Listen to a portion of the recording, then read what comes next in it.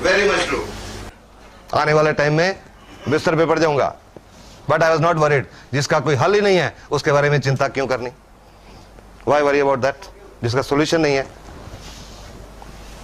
उस मीटिंग में जब इस गैनोडर्मा के बारे में इंफॉर्मेशन दी गई, आई टुक इंटरेस्ट। इसके बारे में बहुत पढ़ा, बिना जानकारी हासिल किए हुए मैंने ये, can you give me those capsules?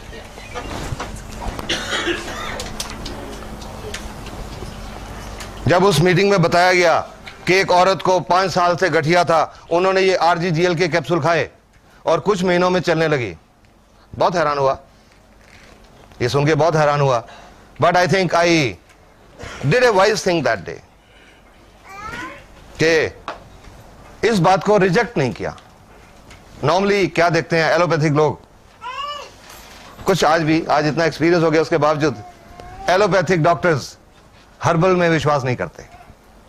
But मैंने शायद यही एक वाइज डिसीजन लिया कि मैंने उस इंफॉर्मेशन को रिजेक्ट नहीं किया।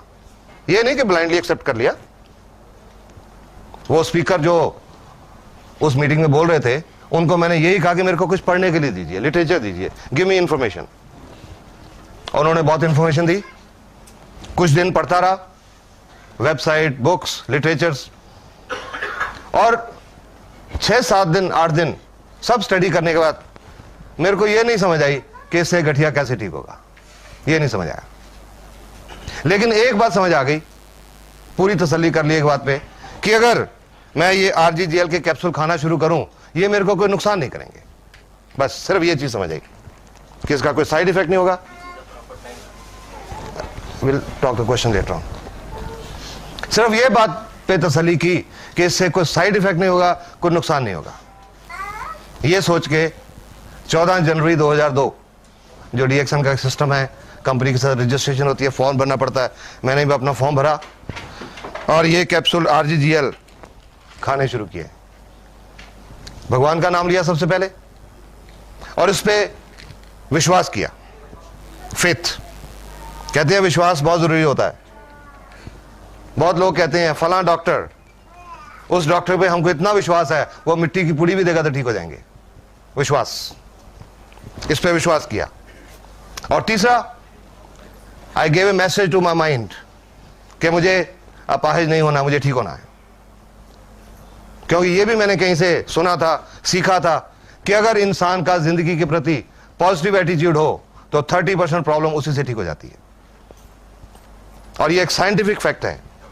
जब पॉजिटिव एटीट्यूड होता है, पॉजिटिव थॉट्स होती हैं, हमारे दिमाग में कुछ केमिकल्स रिलीज होते हैं, वो हमारे इम्यून सिस्टम को स्टिमुलेट करते हैं। तो ये 3 काम करके ये कैप्सूल खाने शुरू किए। एंड आई वॉज सरप्राइज्ड कि जब कुछ हफ्तों में, जस्ट ए फ्यू वीक्स, ये मेरे जॉइंट्स काम करने लगे, नॉर्मल चलने लगा। फिर मुझे लगा कि वाकई ये लोगों की जिंदगी बदलती है। उसके बाद इसके बारे में लोगों से बात करनी शुरू की, क्योंकि लगा इसमें बहुत सारे लोगों की प्रॉब्लम का हल हो सकते हैं। क्योंकि 30 साल की एलोपैथिक प्रैक्टिस में तो यही लगा था कि अगर डायबिटीज है तो सारी उम्र टीके लगते रहेंगे या गोलियां खाते रहेंगे, उससे शुगर का लेवल तो ठीक रहेगा, पर आने वाले टाइम में गुर्दे फेल हो जाएंगे, आने वाले टाइम में आंखें खराब हो जाएंगी, आने वाले टाइम में पैर में नाड़ियों में कोई प्रॉब्लम होगी, किसी के पैर कट भी जाएंगे। किसी को अस्थमा की प्रॉब्लम है तो वो चाहे वो अस्थमा का अटैक हो, टीका लग के ठीक हो जाएगा, लेकिन आने से रुकेगा नहीं। इसमें, इस प्रोडक्ट में ये नजर आया कि शायद प्रॉब्लम जड़ से ठीक हो सकती है। उस समय तो ये था शायद, क्योंकि उस समय मेरे सामने मेरा अपना ही रिजल्ट था और कोई रिजल्ट नहीं था। तो लोगों से मैंने बोलना शुरू किया। पेशेंट तो मेरे पास आते ही थे, क्रॉनिक पेशेंट्स। उनको बोलना शुरू किया कि आपको शुगर है, डायबिटीज है, ये RGGL खाओ। आपको हार्ट की प्रॉब्लम है, RGGL खाओ। गुर्दे की प्रॉब्लम है, RGGL खाओ। चमड़ी की प्रॉब्लम है, RGGL खाओ। गठिया है, RGGL खाओ। कैंसर है, RGGL खाओ। हाई ब्लड प्रेशर है, RGGL खाओ। लो ब्लड प्रेशर है, RGGL खाओ। तो आप समझ सकते हैं कि मेरा बहुत मजाक उड़ाया जाता था, बहुत मजाक उड़ाया जाता था मेरा। बहुत लोग ताने देते थे मेरे को, और कई तो मेरे दोस्त डॉक्टर्स, उन्होंने तो मेरे को ये भी कह दिया कि यार पुराना हम सुनते हैं आदमी सठिया जाता है, पर अभी तो तुम्हारी वो उम्र हुई नहीं, ये कैसी बहकी बहकी बातें करने लग गए कि एक ही प्रोडक्ट सब कुछ ठीक कर सकती है, एक ही दवाई सब कुछ ठीक कर सकती है। तो मैं उनको यही बात बोलता था कि आपके समझने में यही कमी है कि ये दवाई है, ये दवाई नहीं है। सिर्फ ये समझने की जरूरत है कि ये दवाई नहीं है। धीरे धीरे लोगों ने विश्वास करना शुरू किया, क्योंकि कॉन्फिडेंस था, कॉन्फिडेंस से बोलता था, because I had understood this product. विश्वास के साथ बोलता था, कॉन्फिडेंस के साथ बोलता था। धीरे धीरे लोगों ने विश्वास करना शुरू किया, इस्तेमाल करना शुरू किया, लोगों की प्रॉब्लम ठीक होने लगी। उन्होंने और आगे लोगों को बोलना शुरू किया, वो ठीक होते गए, और इस तरह करते करते ये लगभग 3.25 का सफल गुजर गया। और इन 3.25 सालों में जो सेटिस्फेक्शन मिली है, प्रोफेशनल सेटिस्फेक्शन, वो पहले 30 साल में नहीं मिली थी। I am saying this with confidence. अभी जस्ट अबाउट 1.5 months बैक, 1.5 महीना पहले, हरियाणा में एक जगह है असंध, वहां से एक पेशेंट आया मेरे पास, लगभग 41-42 साल का आदमी। उनको क्या प्रॉब्लम थी? पिछले लगभग 12-13 साल से बाईं टांग में खून की नाड़ी ब्लॉक थी। इसको मेडिकल भाषा में बोलते हैं, if the any doctors are here, deep venous thrombosis, DVT, लगभग 11-12 साल से। और उसकी वजह से अल्सर्स हो जाते हैं, वीनस अल्सर्स। उस आदमी को पैर में, टांग में जख्म हो गए 1996 में, 1996। टांग के एक तो लोअर लेग फ्रंट में एक जख्म हुआ, और टखने की अंदर की साइड में, बाहर की साइड पे 3 जख्म हो गए। पहले लोकल उसके आसपास के छोटे मोटे डॉक्टरों की ट्रीटमेंट चलती रही, फिर डिस्ट्रिक्ट हॉस्पिटल में गए, रोहतक मेडिकल कॉलेज में गए, ऑल इंडिया इंस्टीट्यूट दिल्ली में आए, पीजीआई चंडीगढ़ में गए। 9 साल तक उन अल्सर्स का ट्रीटमेंट होता रहा, पर वो अल्सर बढ़ता चला गया। और अभी जनवरी में 2 महीने पहले उनको बोला गया था एम्पुटेशन करनी पड़ेगी, टांग काटनी पड़ेगी, और वो कटवाने को तैयार हो गए कि 9 साल से तो देख रहे हैं कोई हल नहीं हो रहा। एम्पुटेशन के लिए तैयार हो गए। फरवरी में उनकी एम्पुटेशन होनी थी। उनके एक रिश्तेदार हैं, पटियाला में रहते, एक डॉक्टर हैं, वो भी मेडिकल अफसर है पंजाब में, मेरे को जानते हैं, दोस्त हैं। उन्होंने उनको बोला कि टांग कटवाने से पहले एक बार आप पटियाला आ जाओ, जस्ट कम वंस। वो मेरे पास आए 1.5 महीना पहले, और जब उनकी जो पट्टियां बंधी हुई थी, जो पट्टियां खोली, जो टांग के नीचे जख्म था लगभग 3-3.5 इंच का, उसमें हड्डी नजर आ रही थी, कोई टिश्यू नहीं था। Tibia was clearly visible, no tissue, बिल्कुल मांस नहीं था उसमें। और टखने की अंदर की साइड में, बाहर की साइड में nerves and tendons are visible, नाड़ियां नजर आ रही थी, कोई टिश्यू नहीं था। जब पट्टी खोली तो वो मेरे से पूछने लगे, वो डॉक्टर, हाँ जी इसका क्या हो सकता है? आई टोल्ड हिम, 1 मिनट रुको। मैं घर गया, पहले जाके अपना कैमरा उठा के लाया, फोटो ली उनकी। वो डॉक्टर साहब नाराज हो गए कि अब मैं तो आपको मरीज देखने के लाया हूं और आप अपनी फोटोग्राफी शुरू कर दी, क्योंकि उनको पता था कि फोटोग्राफी मेरी हॉबी है। कि आपने फोटोग्राफी शुरू कर दी? मैंने कहा नहीं, ये बात नहीं है, ये बात ये है कि हम कॉन्फिडेंट ये ठीक हो जाएगा, और जब ये ठीक हो जाएगा, चमड़ी बिल्कुल नॉर्मल आ जाएगी, और लोगों को बताएंगे ऐसी हालत थी, लोग विश्वास नहीं करेंगे, इसलिए फोटो ली। और उसके बाद उनकी ड्रेसिंग की, ये आरजी का कैप्सूल, ये खोल के इसके 5-6 कैप्सूल, उसके ऊपर पाउडर डाला जख्मों के ऊपर, और उनको खाने के लिए, दोनों कैप्सूल खाने के लिए भी बताया, और उनको बोला कि मेरे को 15 दिन के बाद आके दिखा के जाइएगा, ये रोज इस तरह से ड्रेसिंग करिए, इसके साथ ड्रेसिंग करिए रोज। 15 दिन के बाद वो आए, उनका तीनों जख्मों में टिश्यू लगभग 25% ग्रो हो गया था इन 15 डेज। फिर से ड्रेसिंग की, और उनको बोला इसके साथ ड्रेसिंग जारी रखो, no antibiotics, I stopped all antibiotics, only एक सेप्टेलिन टैबलेट होती है ना हिमालय ड्रग कंपनी की, सिर्फ वो दी, सब एंटीबायोटिक सारे बंद करी। He had been taking so many strong antibiotics, वो सब बंद करवा दिए।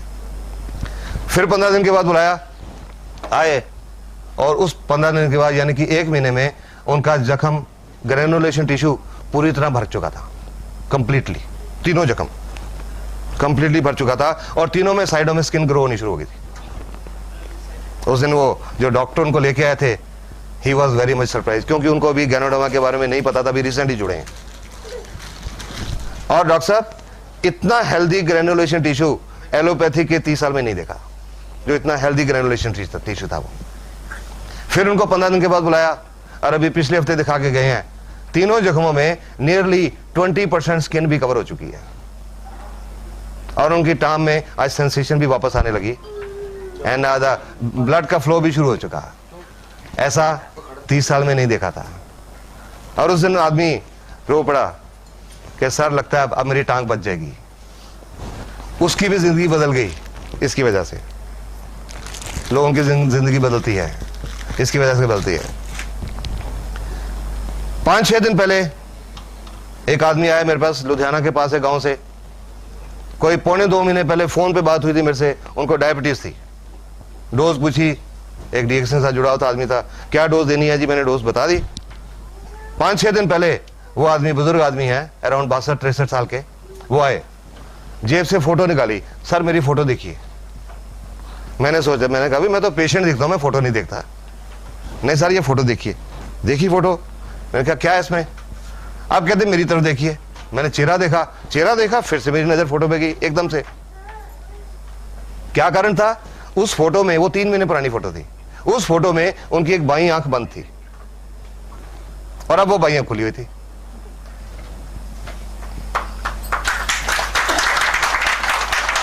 तो मैंने पूछा भाई ये क्या है, क्योंकि मैं तो उस पेशेंट की हिस्ट्री जानता नहीं था, सिर्फ फोन पे बात हुई थी कि जी फलां को शुगर है, कैसे शुरू करें।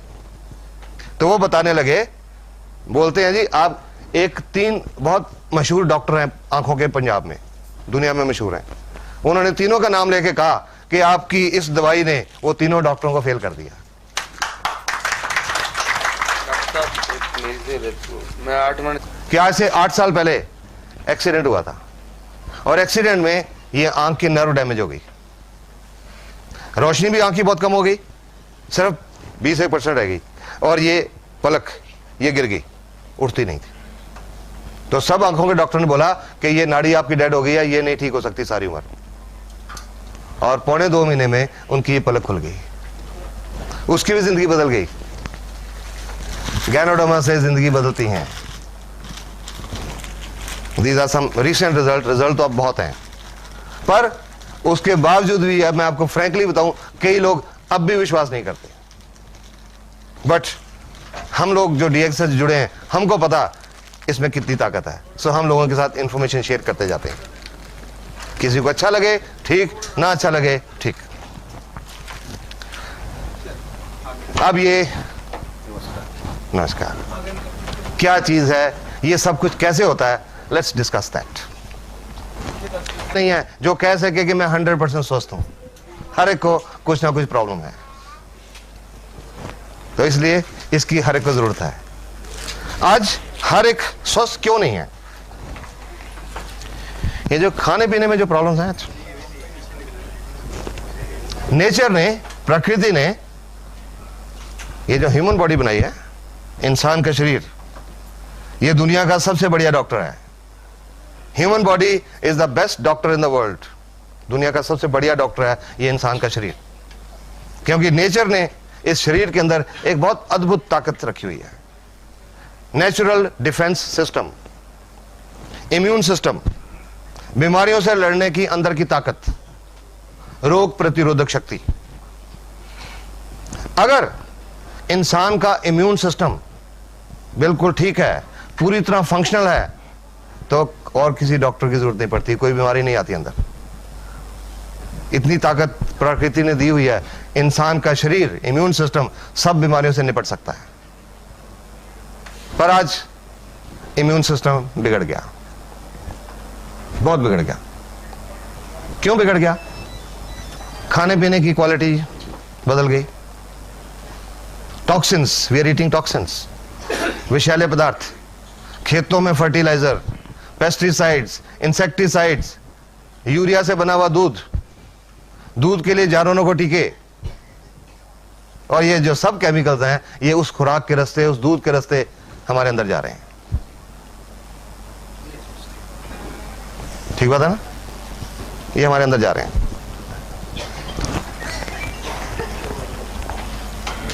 मुझे याद है 5-6 महीने पहले पंजाब में एक जगह पे ऐसी मीटिंग चल रही थी, और उस मीटिंग में एक पंजाब किसान यूनियन के एक प्रधान है, प्रेसिडेंट, वो बैठे हुए थे। अभी मीटिंग शुरू होने में 2-4 मिनट थे, तो वो मेरे साथ बैठे थे। मैंने उनके साथ थोड़ी डिस्कशन करनी शुरू कर दी। मैंने कहा, जी आप बुजुर्ग हैं, आप सियासत में भी हैं, पॉलिटिक्स में भी हैं, बहुत आपकी जानकारी बहुत होगी, आप क्या मेरे को बता सकते हैं कि आज बहुत बीमारियां बहुत बढ़ रही हैं, वो क्यों बढ़ रही हैं? और वो पंजाब किसान यूनियन के प्रेसिडेंट वो बोलते हैं, जी ये जो खेतों में हम जहर डाल रहे हैं, फर्टिलाइजर्स, खादें। तो मैंने कहा, आपको इस बात का पता है? कहते हैं, हाँ जी पता है। तो मैंने कहा, आप तो प्रेसिडेंट हो पंजाब किसान यूनियन के, तो इसके बारे में आप कुछ स्टेप्स क्यों नहीं लेते? और जी मैंने बात की थी, मैंने फलान चीफ मिनिस्टर से बात की थी, फलान चीफ मिनिस्टर से बात की थी, वो सुनते ही नहीं। ये फर्टिलाइजर बनाने की नई नई फैक्ट्रियां लगाते जाते हैं। तो मैंने उनको बोला कि वो फैक्ट्रियां इसलिए लगाते हैं क्योंकि किसान उनको मांग रहा है। जब किसान कहेगा हमने खेतों में ये जहर यूज नहीं करना, तो वो फैक्ट्रियां कहां से लगेंगी? अपने आप बंद हो जाएंगी, बिकॉज डिमांड आ रही है, उससे पैदावार ज्यादा होती है, पैसा ज्यादा आता है, पर अल्टीमेटली वो जो जमीन है उसकी उपजाऊ शक्ति भी खत्म हो जाती है और सेहत तो खराब होती है, उसके बावजूद यूज हो रहे हैं। सॉफ्ट ड्रिंक्स के बारे में आप सब लोगों ने सुना होगा, 1-1.5 साल पहले बहुत रिपोर्ट्स आई थी सॉफ्ट ड्रिंक्स में कितने इंसेक्टिसाइड और कितने पेस्टिसाइड पाए गए। मेरे पास एक रिपोर्ट है, pesticides in soft drinks, hard facts. ये एक मेडिकल जर्नल की रिपोर्ट है, मेडिकल जर्नल, पंजाब का एक मेडिकल जर्नल है, current medical journal, north zone, August 2003। ये डॉक्टर्स की एक रिसर्च रिपोर्ट है। सॉफ्ट ड्रिंक से देखा गया है कि सॉफ्ट ड्रिंक्स इंसान के शरीर को एक तरीके से नहीं, कई तरीकों से हानि पहुंचाते हैं। हमारे शरीर में एक लेवल होता है पीएच लेवल, नॉर्मल होता है 7 पीएच पे हमारा बॉडी ठीक से काम करता है। जब 7 से कम होता है तो एसिडिक होता है, तेजाबी बन जाता है, और 7 से ज्यादा होता है तो अल्कलाइन हो जाता है, क्षारीय है। एवरेज पीएच जो सॉफ्ट ड्रिंक्स की है वो 3.4 है, 3.4। ये इतनी स्ट्रॉन्ग एसिडिटी है कि इससे हड्डियां और दांत इसमें घुल जाते हैं, वो स्ट्रॉन्ग एसिडिटी इतनी स्ट्रॉन्ग है। सॉफ्ट ड्रिंक्स में कोई न्यूट्रिशनल वैल्यू नहीं होती, कोई विटामिन नहीं होते, कोई मिनरल्स नहीं होते, और फिर उसमें जो हम लोग पीते हैं सॉफ्ट ड्रिंक्स को, शेल्फ से उठा के तो पीते नहीं, सबसे ठंडा। जब बाजार से खरीदने भी जाते हैं कि वो जो फ्रीजर में सबसे ठंडा पड़ा हुआ वो देना, ठंडा मतलब कोका कोला वो देना।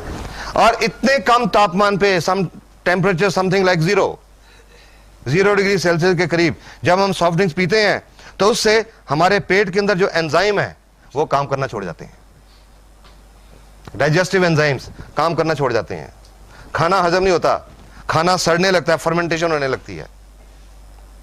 जब फर्मेंटेशन होने लगती है तो उससे कई बदबूदार गैसेस बनती हैं और कई तरह के टॉक्सिन बनते हैं, विषैले पदार्थ, और वो टॉक्सिन्स हमारे अंतड़ियों में एब्जॉर्ब हो जाते हैं, पूरे खून के रास्ते पूरे शरीर में दौरा करते हैं और अलग अलग अंगों में जाके डिपॉजिट हो जाते हैं, और उससे अलग अलग अंगों की बीमारियां होती हैं। तो ये रिपोर्ट कहती है कि जस्ट इमेजिन एक बच्चे की सॉफ्ट इंटेस्टाइन के ऊपर ये कितना नुकसान पहुंचाते होंगे। जो इसमें इंसेक्टिसाइड और पेस्टिसाइड पाए गए, डीडीटी, लिंडेन, क्लोरोपाइरिफॉस, मेलेथियोन, वो क्या नुकसान पहुंचाते हैं?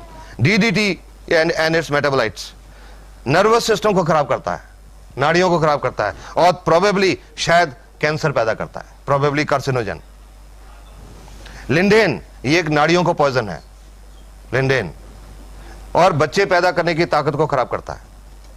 और ये आज कुछ वर्ल्ड की रिपोर्ट्स हैं कि आज दुनिया भर में इनफर्टिलिटी बढ़ रही है, शायद ये भी कारण है इसका, सॉफ्ट ड्रिंक्स। और लिंडेन से कैंसर होता है, it is a known carcinogen, ये कैंसर पैदा करता है। क्लोरोपाइरिफॉस इट कॉजेज निमोनिया, और मसल पैरालिसिस, मांसपेशियों का लकवा, और अगर सांस की मसल पेशियों का मांसपेशियों का लकवा हो जाए तो डेथ भी हो सकती है, रेस्पिरेटरी फेलियर। मैलाथियोन ये नर्वस सिस्टम को खराब करता है और इसकी हाई एक्सपोजर से रेस्पिरेटरी पैरालिसिस और डेथ हो सकती है। ऑस्ट्रेलिया के डॉक्टर हैं डॉक्टर रॉस वॉकर, एक कार्डियोलॉजिस्ट हैं, हार्ट स्पेशलिस्ट हैं।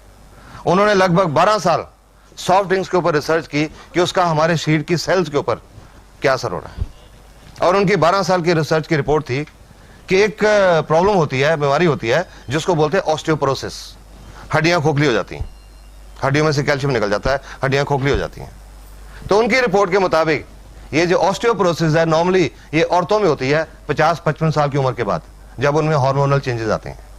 पर डॉक्टर रॉस वॉकर की रिपोर्ट के मुताबिक आज ये ऑस्टियोपोरोसिस 20, 25, 30 साल की औरतों को ही नहीं, आदमियों को भी हो रहा है।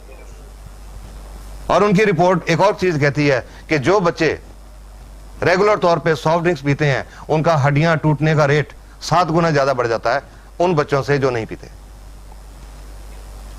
और लास्ट में ये डॉक्टर की रिपोर्ट क्या कहती है,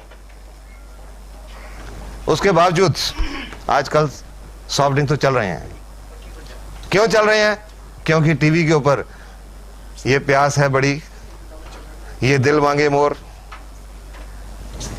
और लास्ट में ये डॉक्टर्स की रिपोर्ट कहती है you should drink colas only if your दिल मांगे more pesticides.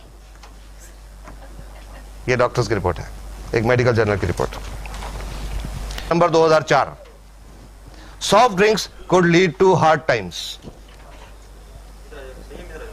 Times of India की रिपोर्ट है, पर यह रिपोर्ट टाइम्स ऑफ इंडिया की नहीं है, यह एक अमेरिका के जर्नल की रिपोर्ट है। Washington, a new study published in the American Journal of Preventive Health has found that the consumption of sweetened beverages like soft drinks and fruit drinks, ये जो डब्बों में fruit drinks भी आते हैं वो भी, has grown to such an alarming rate that it has become one of the causes of obesity and diabetes. आज दुनिया की 20% पॉपुलेशन डायबिटीज की मरीज है, ये रिपोर्ट यही कह रही है। What is even more dangerous, according to the researchers, is the fact that soft drinks could become a serious health hazard. पर ये सब कुछ पता होने के बावजूद अखबारों की रिपोर्ट, टीवी पे बहुत आया, क्या लोगों ने सॉफ्ट ड्रिंक पीने छोड़ दिए? हाँ, फर्क पड़ा क्योंकि उन्होंने कीमत 10 रुपए से 6 रुपए कर दी। उन्होंने इसीलिए कर दी कि कई लोग पीना ना बंद कर दें, तो लोगों ने अरे अब तो सस्ता हो गया, पी सकते हैं। We are harming our cells, हम खुद अपने आप को नुकसान पहुंचा रहे हैं। Sunday Tribune Chandigarh 20 June 2004, parrots die after consuming jamun. जामुन खा के बहुत सारे तोते मर गए। जामुन में क्या प्रकृति ने कोई जहर डाला हुआ है कि वो खाने से तोते मर गए? ये मर गए इंसान की लालच की वजह से। ये पंजाब में एक जगह फरीदकोट है, वहां की एक रिपोर्ट है। वहां पे एक जो जामुन का जो फार्म था, जहां पेड़ थे, जिन लोगों के पास उसका ठेका था वो इंतजार नहीं कर सके, क्योंकि जब प्रकृति ने चीज बनाया कि फल लगेगा, फल पकेगा, उसके बाद उतार के बाजार में पहुंचेगा। पर उसके ठेकेदार वेट नहीं कर सके कि कब फल पकेगा, कब उतारेंगे, कब बाजार जाएगा, कब पैसा आएगा। उन्होंने क्या किया, उन जामुनों के ऊपर कुछ केमिकल स्प्रे कर दिए, केमिकल्स, जल्दी पक जाए, जल्दी पैसा आ जाए। पर फॉर्चुनेटली वो मार्केट तक पहुंचने से पहले बहुत सारे तोतों ने खा लिए और वो तोते मर गए। इंसान को एक लेसन सिखा के गए कि क्या कर रहे हो आप अपनी सेहत के साथ। We tested your lunch, 10 markets, 3 cities. Mumbai is the worst. Indian Express 13 October 2003, the poisoning of Mumbai. Delhi का बताता हूं, इसमें ऐसा होता है, लेड एक हैवी मेटल होता है। आजकल जो फास्ट फूड ये खाने खाते हैं उनमें लेड की मात्रा जो है उसके बारे में बताते हैं। Delhi 2 to 16 times above European standards. Mercury Delhi में नहीं है, दिल्ली की खुराक में मरकरी इस डेट तक नहीं पाया गया था, बॉम्बे पुणे में है। और बैक्टीरिया, कीटाणु, दिल्ली में 3,10,000 से लेकर अनकाउंटेबल इतने किस्म के कीटाणु खुराक में पाए गए, जो लोग रोज खाना खा रहे हैं उसमें पाए गए। और ये जो सब चीजें हमारे अंदर जा रही हैं, ये बीमारियां पैदा कर रही हैं।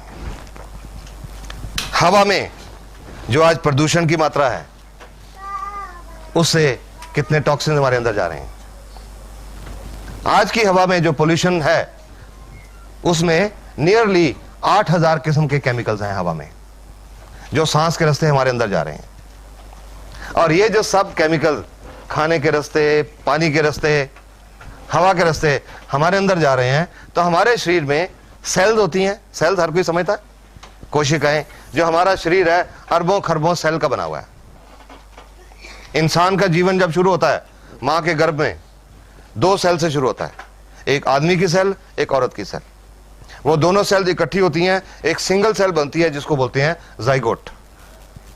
वो सिंगल सेल डिवाइड होती है, 2 बनती हैं। 2 का विभाजन होता है, 4 बनती हैं।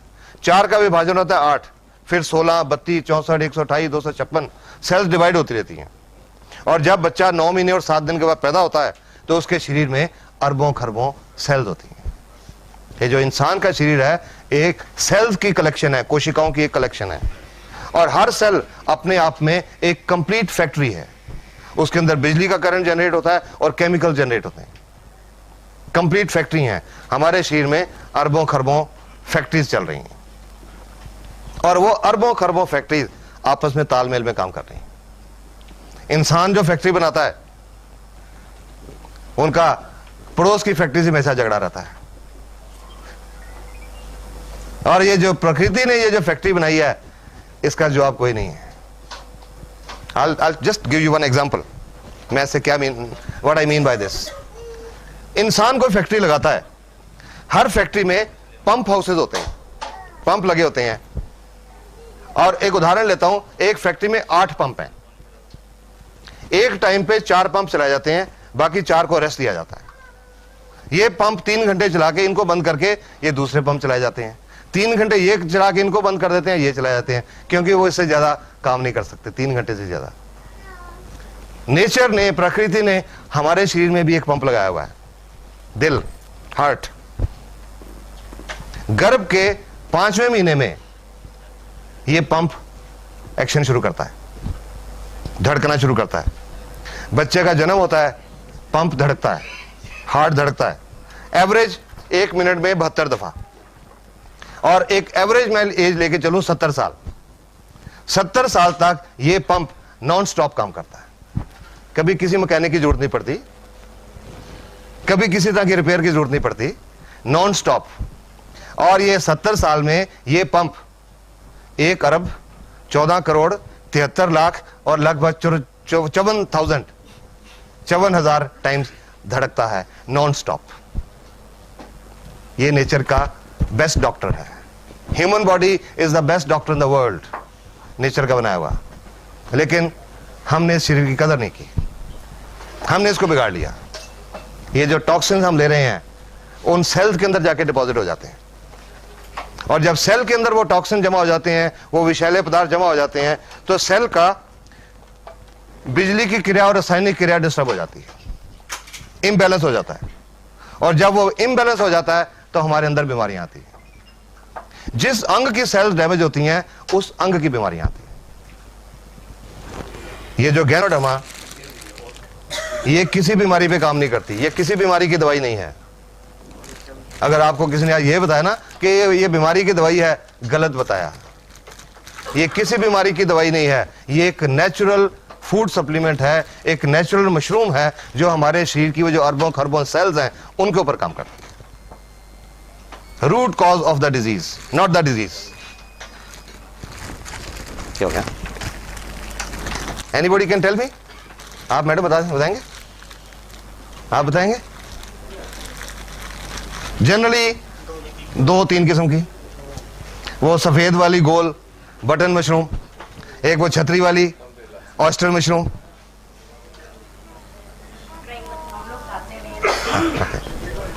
आज से 3.25 साल पहले मैं यही जानता था कि खुम्बी 2 किस्म की होती हैं।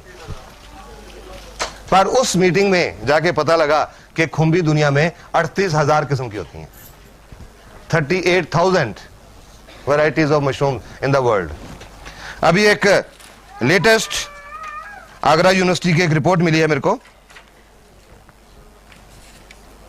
Agriculture people can tell better. Yes, वो अभी रिपोर्ट पता है। उस रिपोर्ट के मुताबिक खुम्बी दुनिया में 67,000 किस्म की होती हैं, 67,000। उन 67,000 में से या 38,000 में से ये एक किस्म की खुम्बी है, एक मशरूम है, नेचुरल मशरूम। मैंने इसका नाम 7 जनवरी 2002 को जिंदगी में पहली बार सुना था, कुछ नहीं जानता था ये क्या है। आज इसके बारे में बहुत कुछ जान गया, लेकिन इसकी हिस्ट्री नहीं चलता। गैनोडर्मा चीन में इस्तेमाल हो रही है। चीन के वैद्य हकीम ट्रेडिशनल चाइनीज मेडिसिन, TCM बोलते हैं इसको, ट्रेडिशनल चाइनीज मेडिसिन में इसको 5,000 साल से इस्तेमाल किया जा रहा है और लगभग हर बीमारी के उनके पास रिजल्ट है। एक आदमी हुआ चीन में जिसका नाम है शेननोंग।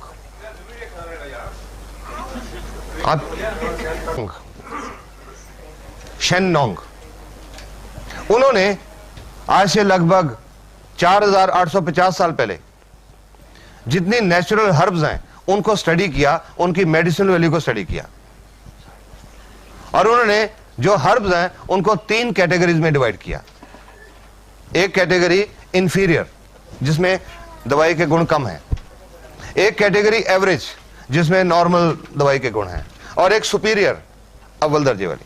और वो सुपीरियर कैटेगरी में इस गैनोडर्मा को नंबर 1 पे रखा गया है, number 1 herb in the superior category. उन्होंने किताब लिखी थी 4,846 साल पहले, 2838 BC में, शेननोंग्स हर्बल क्लासिक। उस किताब में इस गैनोडर्मा को एक संजीवनी बूटी का दर्जा दिया गया है।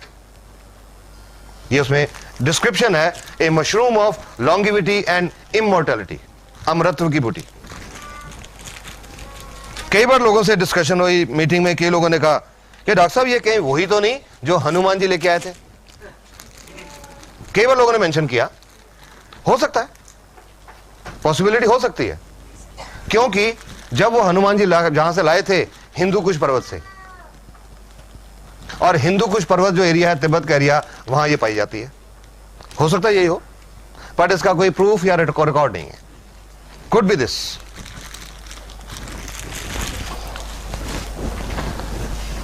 तो वो जो किताब है शेननोंग्स हर्बल क्लासिक, आज से लगभग 100 साल पहले दुनिया की नजरों में आई, अलग अलग भाषाओं में उसकी ट्रांसलेशन हुई, तो पूरी दुनिया ने गैनोडर्मा के ऊपर रिसर्च करना शुरू किया। और पिछले 30-32 साल से पूरी दुनिया में बहुत सारे medical school, medical universities, medical research institute इसके ऊपर बहुत रिसर्च कर चुके हैं और इसके गुणों को पहचान चुके हैं। गैनोडर्मा में अब तक जो रिसर्च हुई है, 200 से ज्यादा एक्टिव एलिमेंट्स ढूंढे जा चुके हैं, पाए जा चुके हैं। अब ये इंसान तक कैसे पहुंची? नेचर में ये बहुत दुर्लभ जाति की मशरूम है, बहुत दुर्लभ, बहुत घने जंगलों में पाई जाती है। दुनिया के सिर्फ 3-4 countries, China, Japan, Korea, little bit Malaysia, little bit south American countries, वहां पाई जाती है। और उन देशों में बहुत घने जंगलों में पाई जाती है। उन घने जंगलों में टूटे हुए और सूखे हुए पेड़ों के ऊपर पाई जाती है, हर पेड़ के ऊपर नहीं। 2 किस्म के पेड़ होते हैं, प्लम सराटा, प्लम ग्यूरकस, उन 2 पेड़ों के ऊपर पाई जाती है। और ये जो 2 किस्म के पेड़ हैं, प्लम सराटा, ग्यूरकस, हर पेड़ के ऊपर नहीं उगते। अगर 10,000 पेड़ ढूंढे जाएं तो गैनोडर्मा उनमें शायद 2 या 3 के ऊपर मिलती है। और इसमें एक और खासियत होती है, जब ये गैनोडर्मा खुम्बी 90 दिन की होती है, इसमें दवाई वाले गुण तब आते हैं, उससे पहले नहीं होते। जब 100 दिन की होती है, पूरी मैच्योर होती है, दवाई वाले गुण इसमें पूरे भरपूर होते हैं, उसके बाद ये सूखनी शुरू हो जाती है और इसमें दवाई के गुण खत्म हो जाते हैं। तो इन कारणों की वजह से नेचर में इसको ढूंढ पाना बहुत मुश्किल है। अभी पिछले 2-3 साल में मैंने बहुत सारे चाइनीज लिटरेचर पढ़े गैनोडर्मा के कारण। तो उन कई लिटरेचर में पढ़ा मैंने कि पुराने जमानों में लोग जंगलों में भटकते थे इस गैनोडर्मा को ढूंढने के लिए, क्योंकि उनको लोगों का मानना था कि जिस घर में ये गैनोडर्मा होगी उस घर में किसी तरह की कोई प्रॉब्लम नहीं आ सकती, ना हेल्थ की प्रॉब्लम ना वेल्थ की प्रॉब्लम। ये लोगों का मानना था। इसको लोग इसमें एक स्पिरिचुअल पावर मानते हैं, आम आदमी तक नहीं पहुंच सकती। पर ये एक आदमी हुए, ये फोटो देख रहे हैं, डॉक्टर लिम सोजन, आई शो यू हियर। लिम सोजन ये चाइनीज मलेशियन है, मलेशिया में रहने वाले हैं, एक खानदानी वैद्यों के परिवार से संबंध रखते हैं। बचपन से इनको कुछ खुंबी में दिलचस्पी हो गई। जब ये बड़े हुए तो इनके घर वालों ने कहा कि ये वैदगिरी में नहीं पढ़ने वाले, इनका इंटरेस्ट नहीं है।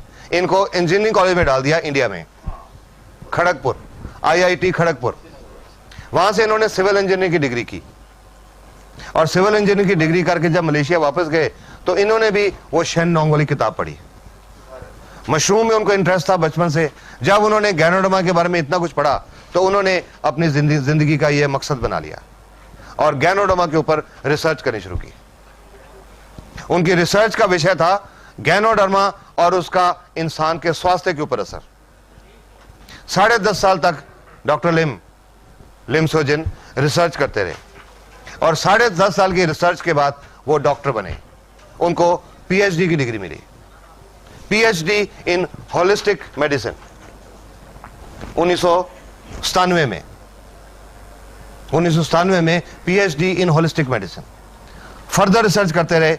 2002 में DSc, doctorate of science, DSc in holistic medicine. और अब पिछले 3-4 साल में डॉक्टर लिम को बहुत इंटरनेशनल अवार्ड मिल चुके हैं। 2001 में मिला था मैन ऑफ द मिलेनियम, इस युग का आदमी, कि उन्होंने ये जो गैनोडर्मा को इंसान तक पहुंचाया। डॉक्टर लिम ने क्या किया, ये मलेशिया में ये कंपनी एस्टेब्लिश की, DXN 1993 में। ये कंपनी एस्टेब्लिश करके वहां पर इन्होंने गैनोडर्मा की कल्टीवेशन, खेती करनी शुरू की। Purely organic cultivation, no fertiliser, no chemicals, no insecticides, organic cultivation, खेती करनी शुरू की। और जब 100 दिन की हो गई तो इसको काट लिया। ये DXN की एक 100 दिन की ये मैच्योर मशरूम है, कंप्लीट मशरूम, ये एक्चुअल मशरूम है। काट लिया, काट के इसका फ्रूट हिस्सा अलग कर लिया, जड़ का हिस्सा अलग कर लिया। इसके अंदर पानी होता है बहुत, इसका पानी सुखाने की उन्होंने एक स्पेशल टेक्निक निकाली, फ्रीज ड्राइंग। आज दुनिया में, क्योंकि गैनोडर्मा के ऊपर बहुत रिसर्च हो चुकी, दुनिया में बहुत सारी कंपनी आज गैनोडर्मा उगा रही हैं, लेकिन जो असर DXN की गैनोडर्मा का हो रहा है किसी और का नहीं हो रहा। उसका कारण है जो डॉक्टर लिम की इसको सुखाने की टेक्निक है, फ्रीज ड्राइंग टेक्निक। सुखा लिया, सुखा के ये जो उसका ऊपर का ब्राउन हिस्सा है, ये धागेदार रेशेदार हिस्सा है, फाइब्रस पोर्शन, इसमें मेडिसिनल वैल्यू कम है, इसको निकाल दिया जाता है, सेपरेट कर दिया जाता है। सेपरेट करके ये जो अंदर का पल्प, जो गुदा बच गया, उसको एक माइक्रो पाउडर बना लिया जाता है। इसको अलग से, जड़ वाले हिस्से को अलग से, माइसीलियम अलग से, एक माइक्रो पाउडर बना के इनको कैप्सूल में भर दिया जाता है। ये फ्रूट बॉडी से जो कैप्सूल बना, ये जो ऊपर की फ्रूट बॉडी है, इससे जो कैप्सूल बना, इसका नाम है RG या रेशी गैनोडर्मा। इसमें इस फ्रूट बॉडी का पाउडर है। और इसकी जो जड़ से पाउडर बना, गैनोसिलियम, नीले कैप वाली गैनोसिलियम या GL। RG फ्रूट बॉडी का पाउडर, GL जड़ का पाउडर।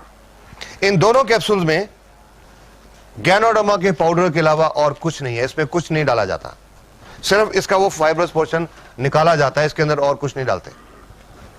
RG एंड GL दोनों एक ही मशरूम के हिस्से हैं, फ्रूट एंड रूट। तो अलग अलग क्यों रखा गया? दोनों को पीस के एक ही कैप्सूल में क्यों नहीं डाल दिया गया?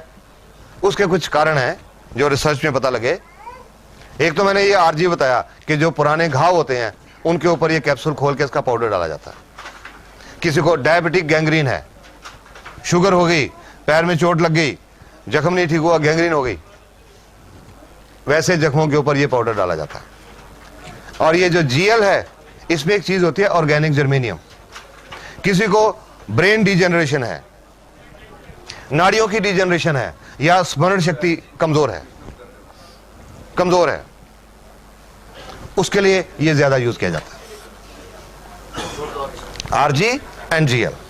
अलग अलग यूजेस होने की वजह से अलग अलग कैप्सूल रखे गए, लेकिन जनरली दोनों को मिला के इकट्ठा ही खाया जाता है। चल नहीं होता रहने तो मैं मार्कर यूज कर लेता हूं। इकट्ठा ही खाया जाता है। इसको बोलते हैं, एक RG और एक GL मिला के हम बोलते हैं एक जोड़ा, 1 पेयर। जो हम लोगों को इसको खाने का तरीका बताते हैं कि आपने 1 पेयर खाना है या 2 पेयर खाने हैं या 4 खाने हैं, वी टेल इन पेयर्स। अब एक ही चीज, एक ही मशरूम जो दवाई नहीं है, सारी बीमारियां कैसे ठीक कर सकती है? This is an important thing. आ जाएगा थोड़ा आगे, थोड़ा सा आगे। हाँ चल।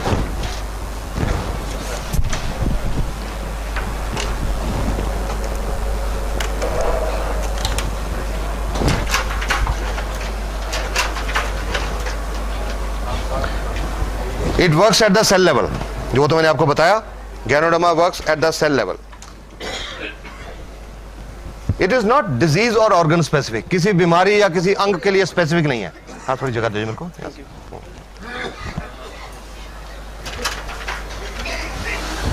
अब क्या काम करती है और कैसे काम करती है? How does ganoderma work?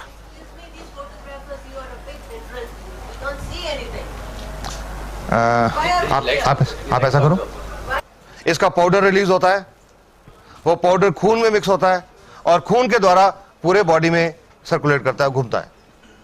और खून जो हमारा है, हमारे शरीर की जो अरबों खरबों सेल हैं, एक एक सेल तक खून पहुंचता है, क्योंकि सेल को खुराक मिलती है खून से, सेल को ऑक्सीजन मिलती है खून से, तो वो खून एक एक सेल तक पहुंचता है। उस खून में गैनोडर्मा भी मिली हुई है, गैनोडर्मा भी एक एक सेल तक पहुंचती है और वह सेल के अंदर जाके गैनोडर्मा अपना काम करना शुरू करती है। 5 स्टेप्स हैं इसके काम करने के। सबसे पहला इसका असर शुरू होता है स्कैनिंग।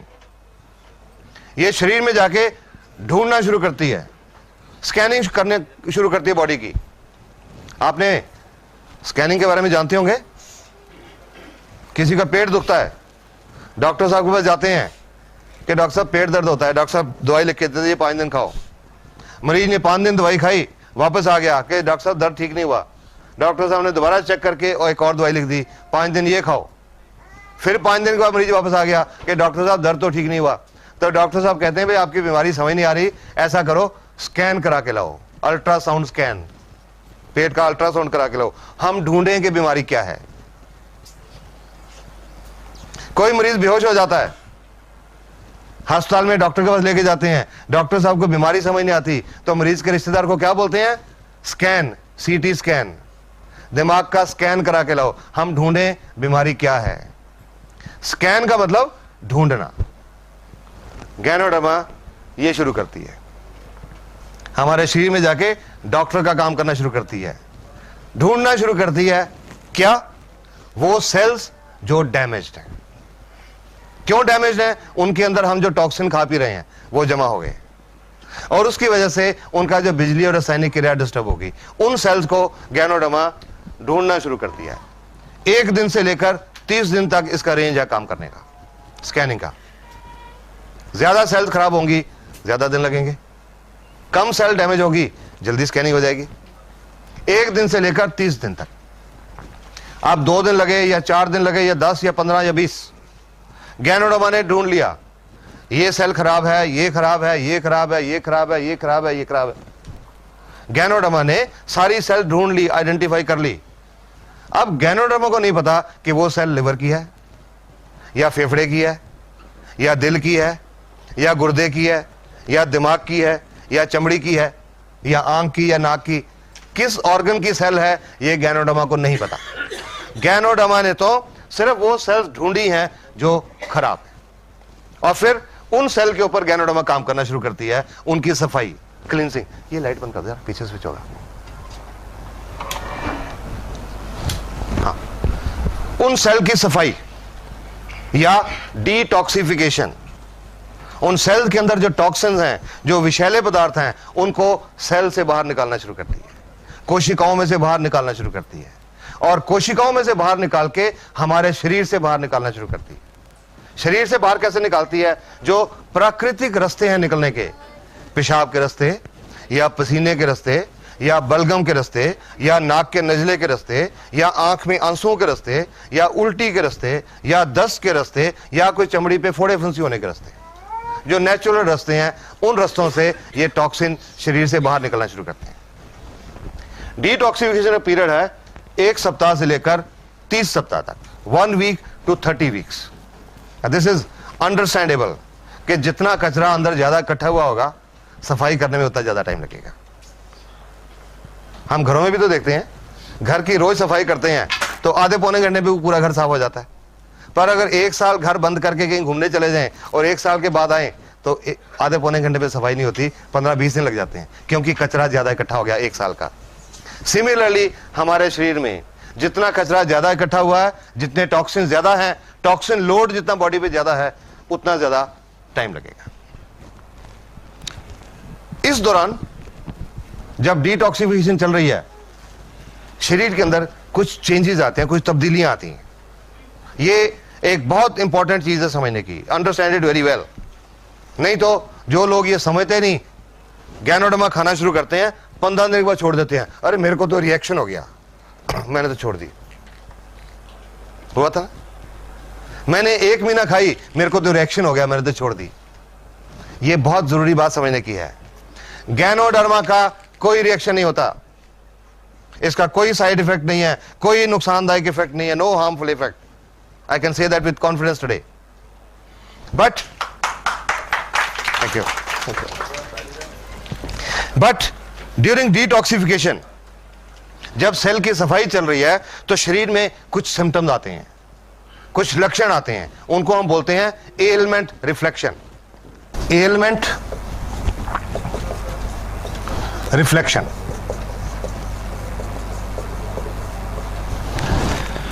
जो शरीर के अंदर बीमारी है, जो एलिमेंट है, वो किसी रूप में बाहर आती है, किसी रूप में रिफ्लेक्ट करती है। Element reflection. कुछ उदाहरण बताता हूं आपको। किसी का लिवर खराब है, जिगर खराब है, जब गैनोडर्मा लिवर की सेल के ऊपर, जिगर की सेल के ऊपर काम करना शुरू करती है, उनकी सफाई शुरू करती है, आंखें लाल हो जाती हैं। आज कई मरीज देख चुका है, अजी क्या दे दिया आपने, मेरी तो देखो आंखें खराब हो गई। शुरू में मेरे माताजी ने भी मेरे को यह कहा था। जब मैं ठीक हुआ तो मैंने अपने मम्मी डैडी को, बीमारी नहीं, just as a health tonic खिलाना शुरू किया। वो खिलाने के लगभग 20-22 दिन के बाद एक दिन मेरे माताजी ने सुबह मेरे को उठा दिया 6 बजे, ये देख मेरे को क्या दे दिया, तेरी दवाई ने आंखें खराब कर दी, रिएक्शन कर दिया, तेरी दवाई ने क्या दे दिया मेरे को आंखों के डॉक्टर के पास लेके चला। आज देखा मैंने, आंखें बहुत लाल थी, they were fiery red, बहुत लाल थी। अब आंखें लाल क्यों है मुझे पता था, गैनोडर्मा के बाद आंखें लाल क्यों होती हैं, something wrong with the liver. फिर मैंने अपनी माता जी की पुरानी हिस्ट्री सोची सारी, 30-32 साल की। 30-32 साल से मेरे माता जी को पेट में थोड़ा दर्द रहता था और कॉन्स्टिपेशन, कब्ज रहती थी। बड़े अल्ट्रासाउंड, बड़े एक्सरे, बड़ी दवाइयां, बड़े मेडिकल स्पेशलिस्ट, ये प्रॉब्लम हल नहीं हुई। तो मैंने माताजी को कहा कि डॉक्टर्स आपकी बीमारी नहीं पहचान सके, आज गैनोडर्मा ने पहचान ली। Your liver is not working. कोई आंखों के डॉक्टर के पास नहीं जाना, कोई दवाई नहीं डालनी, सिर्फ पानी पियो ज्यादा, ताकि डिटॉक्सिफिकेशन जल्दी हो जाए। चुप करके बैठ गए और उसके 10-12 दिन के बाद उनकी आंखों की लाली हट गई और उसके बाद जब तक वो रहे उनको कॉन्स्टिपेशन और पेट की प्रॉब्लम नहीं रही। This is how ganoderma works. किसी को गुर्दे की तकलीफ है, किडनी फेलियर है, जब गैनोडर्मा गुर्दे की सेल पे काम करे तो कानों में भारीपन महसूस होता है, लगता है जैसे कान बंद हो रहे हैं। किसी को अधरंग, पैरालिसिस या लकवा है, जब गैनोडर्मा नाड़ियों की सेल के ऊपर, नर्व सेल के ऊपर काम करे तो वो लक्के वाली जगह पे दर्द होनी शुरू हो जाती है। किसी को दमा की प्रॉब्लम है, जब गैनोडर्मा फेफड़े की सेल को साफ करती है, उस मरीज को कुछ उल्टियां आती हैं और कुछ दिन के लिए बलगम निकलती है। किसी को दिल की बीमारी है, हार्ट की आर्टरीज ब्लॉक्ड हैं, नाड़ियां बंद हैं, जब गैनोडर्मा उनको साफ करना शुरू करती है, चेहरे के ऊपर सेक निकलता महसूस होता है, गर्मी महसूस होती है, कईयों का चेहरा लाल भी हो जाता है। किसी का ब्लड प्रेशर ज्यादा रहता है, हाई ब्लड प्रेशर, उनको सिर के पिछले हिस्से में ऊपर दर्द होता है। जिनका ब्लड प्रेशर कम रहता है उनका सिर के पिछले हिस्से नीचे दर्द होता है। जिनको सर्वाइकल स्पॉन्डिलोसिस की प्रॉब्लम है उनको चक्कर महसूस होते हैं। जिनको माइग्रेन, आधा सिर दुखता है, उनका दर्द थोड़ा सा ज्यादा होता है। जिनको जोड़ों का दर्द है, गठिया है, दर्द थोड़ा ज्यादा होता है।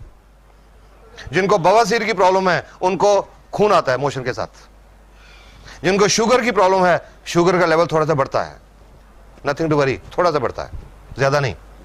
और अगर शुगर वालों के किसी के अंदर के ऑर्गन भी डैमेज है, किडनी फेलर है, आंखों की प्रॉब्लम है या कुछ और है, उनके ये कलाई के ऊपर, रिस्ट के ऊपर या टखने, एंकल के ऊपर सूजन भी आती है। All these are positive science. ये सब पॉजिटिव साइन है। इसका मतलब है गैनोडर्मा ने बीमारी पहचान ली और काम करना शुरू कर दिया। लगभग महीना, 1.5 महीना पहले मेरे को एक औरत का फोन आया। लगभग 4 महीने पहले उनकी कुछ प्रॉब्लम थी जो अल्ट्रासाउंड में भी शो हो रही थी। गुर्दे में एक 36 mm की एक रसौली थी, सिस्ट, एक गुर्दे में। उनकी ओवरी, अंडकोश, उसमें एक 3 सेंटीमीटर की एक सिस्ट थी। और उनके यूट्रस में, बच्चादानी में, एक 8 mm का फाइब्रॉइड था, रसौली। उन्होंने उसके लिए गैनोडर्मा की ट्रीटमेंट शुरू की। और ये शुरू करने के लगभग 2-2.5 महीने के बाद एक दिन मेरे को उनका फोन आया, और डॉक्टर साहब आपकी दवाई ने तो गड़बड़ कर दी। मैं कहा जी कौन सी दवाई? मैंने तो कोई दवाई दी नहीं आपको। वो जी वो जो आपके कैप्सूल हैं। मैं जी दवाई नहीं है, वो टॉनिक है। अच्छा जो भी है, उसने गड़बड़ कर दी।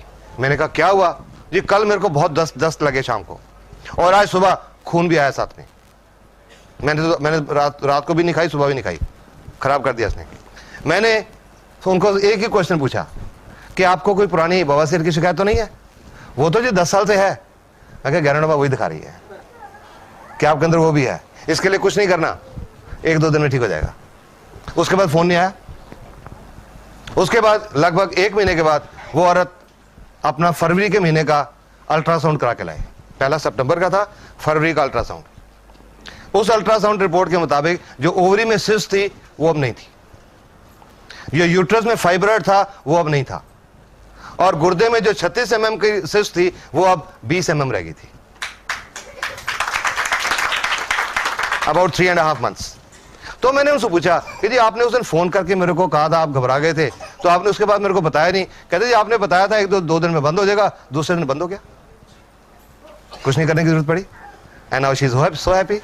सो गैनोडर्मा दिखाती है कुछ अंदर, आपके पूरा स्कैनिंग करके एक पहले लिस्ट बनाती है कि आपके अंदर ये है, ये है, ये है, ये है, सारी बीमारियां ढूंढ के बताती है। और वो किसी रूप में बताती है एलमेंट रिफ्लेक्शन। इसका जो एलमेंट रिफ्लेक्शन का जो पीरियड है, एवरेज पीरियड 1 सप्ताह से लेकर 3 सप्ताह तक है। 1 week to 3 weeks, ये एक एवरेज पीरियड है। किसी को कम भी होता है, किसी को ज्यादा भी होता है, पर एवरेज 1 सप्ताह से 3 सप्ताह तक। ज्यादा खास तौर पे उनको होता है जिन लोगों ने स्टीरॉयड बहुत खाए होते हैं। Steroids, Wysolone, dexamethasone, betamethasone. कोई आप लोग जानते हैं स्टीरॉयड क्या होता है? बहुत हार्मफुल चीज होती है, बहुत नुकसानदायक चीज होती है, और आज की दुनिया में लोगों ने बहुत खाए होते हैं अनजाने में। जानबूझ के नहीं खाते, अनजाने में। कैसे? एक आदमी को जोड़ दुखते हैं 20 साल से, एक एग्जांपल ले रहा हूं, जोड़ दुखते हैं 20 साल से, हर डॉक्टर को दिखा लिया, हर अस्पताल को दिखा दिया, और उन्होंने कहा जी आपका ये गठिया है, ठीक नहीं हो सकता। बैठ के घर में एक अच्छा दोस्त उनका आया, अरे मेरे को पता लगा फलां जगह के पे एक वैद्य है, देसी पुड़ियां देता है, उससे बहुत लोग ठीक हो गए। तो आदमी जाता है उनके साथ, वो वैद्य जी देख के, ये लो जी महीने की पुड़ियां ले जाओ। वो दो दिन पुड़ियां खाते हैं, दर्द बिल्कुल ठीक हो जाता है। वैद्य जी की बल्ले बल्ले हो जाती है, ढंडोरा पिट जा रहे, बहुत बढ़िया वैद्य है। 30 दिन वो पुड़ियां खाई, बिल्कुल ठीक रहे, कोई प्रॉब्लम नहीं। उसके बाद छोड़ दी पुड़ियां, और 72 घंटे के बाद, 3 दिन के बाद दर्द पहले से ज्यादा बढ़ गया।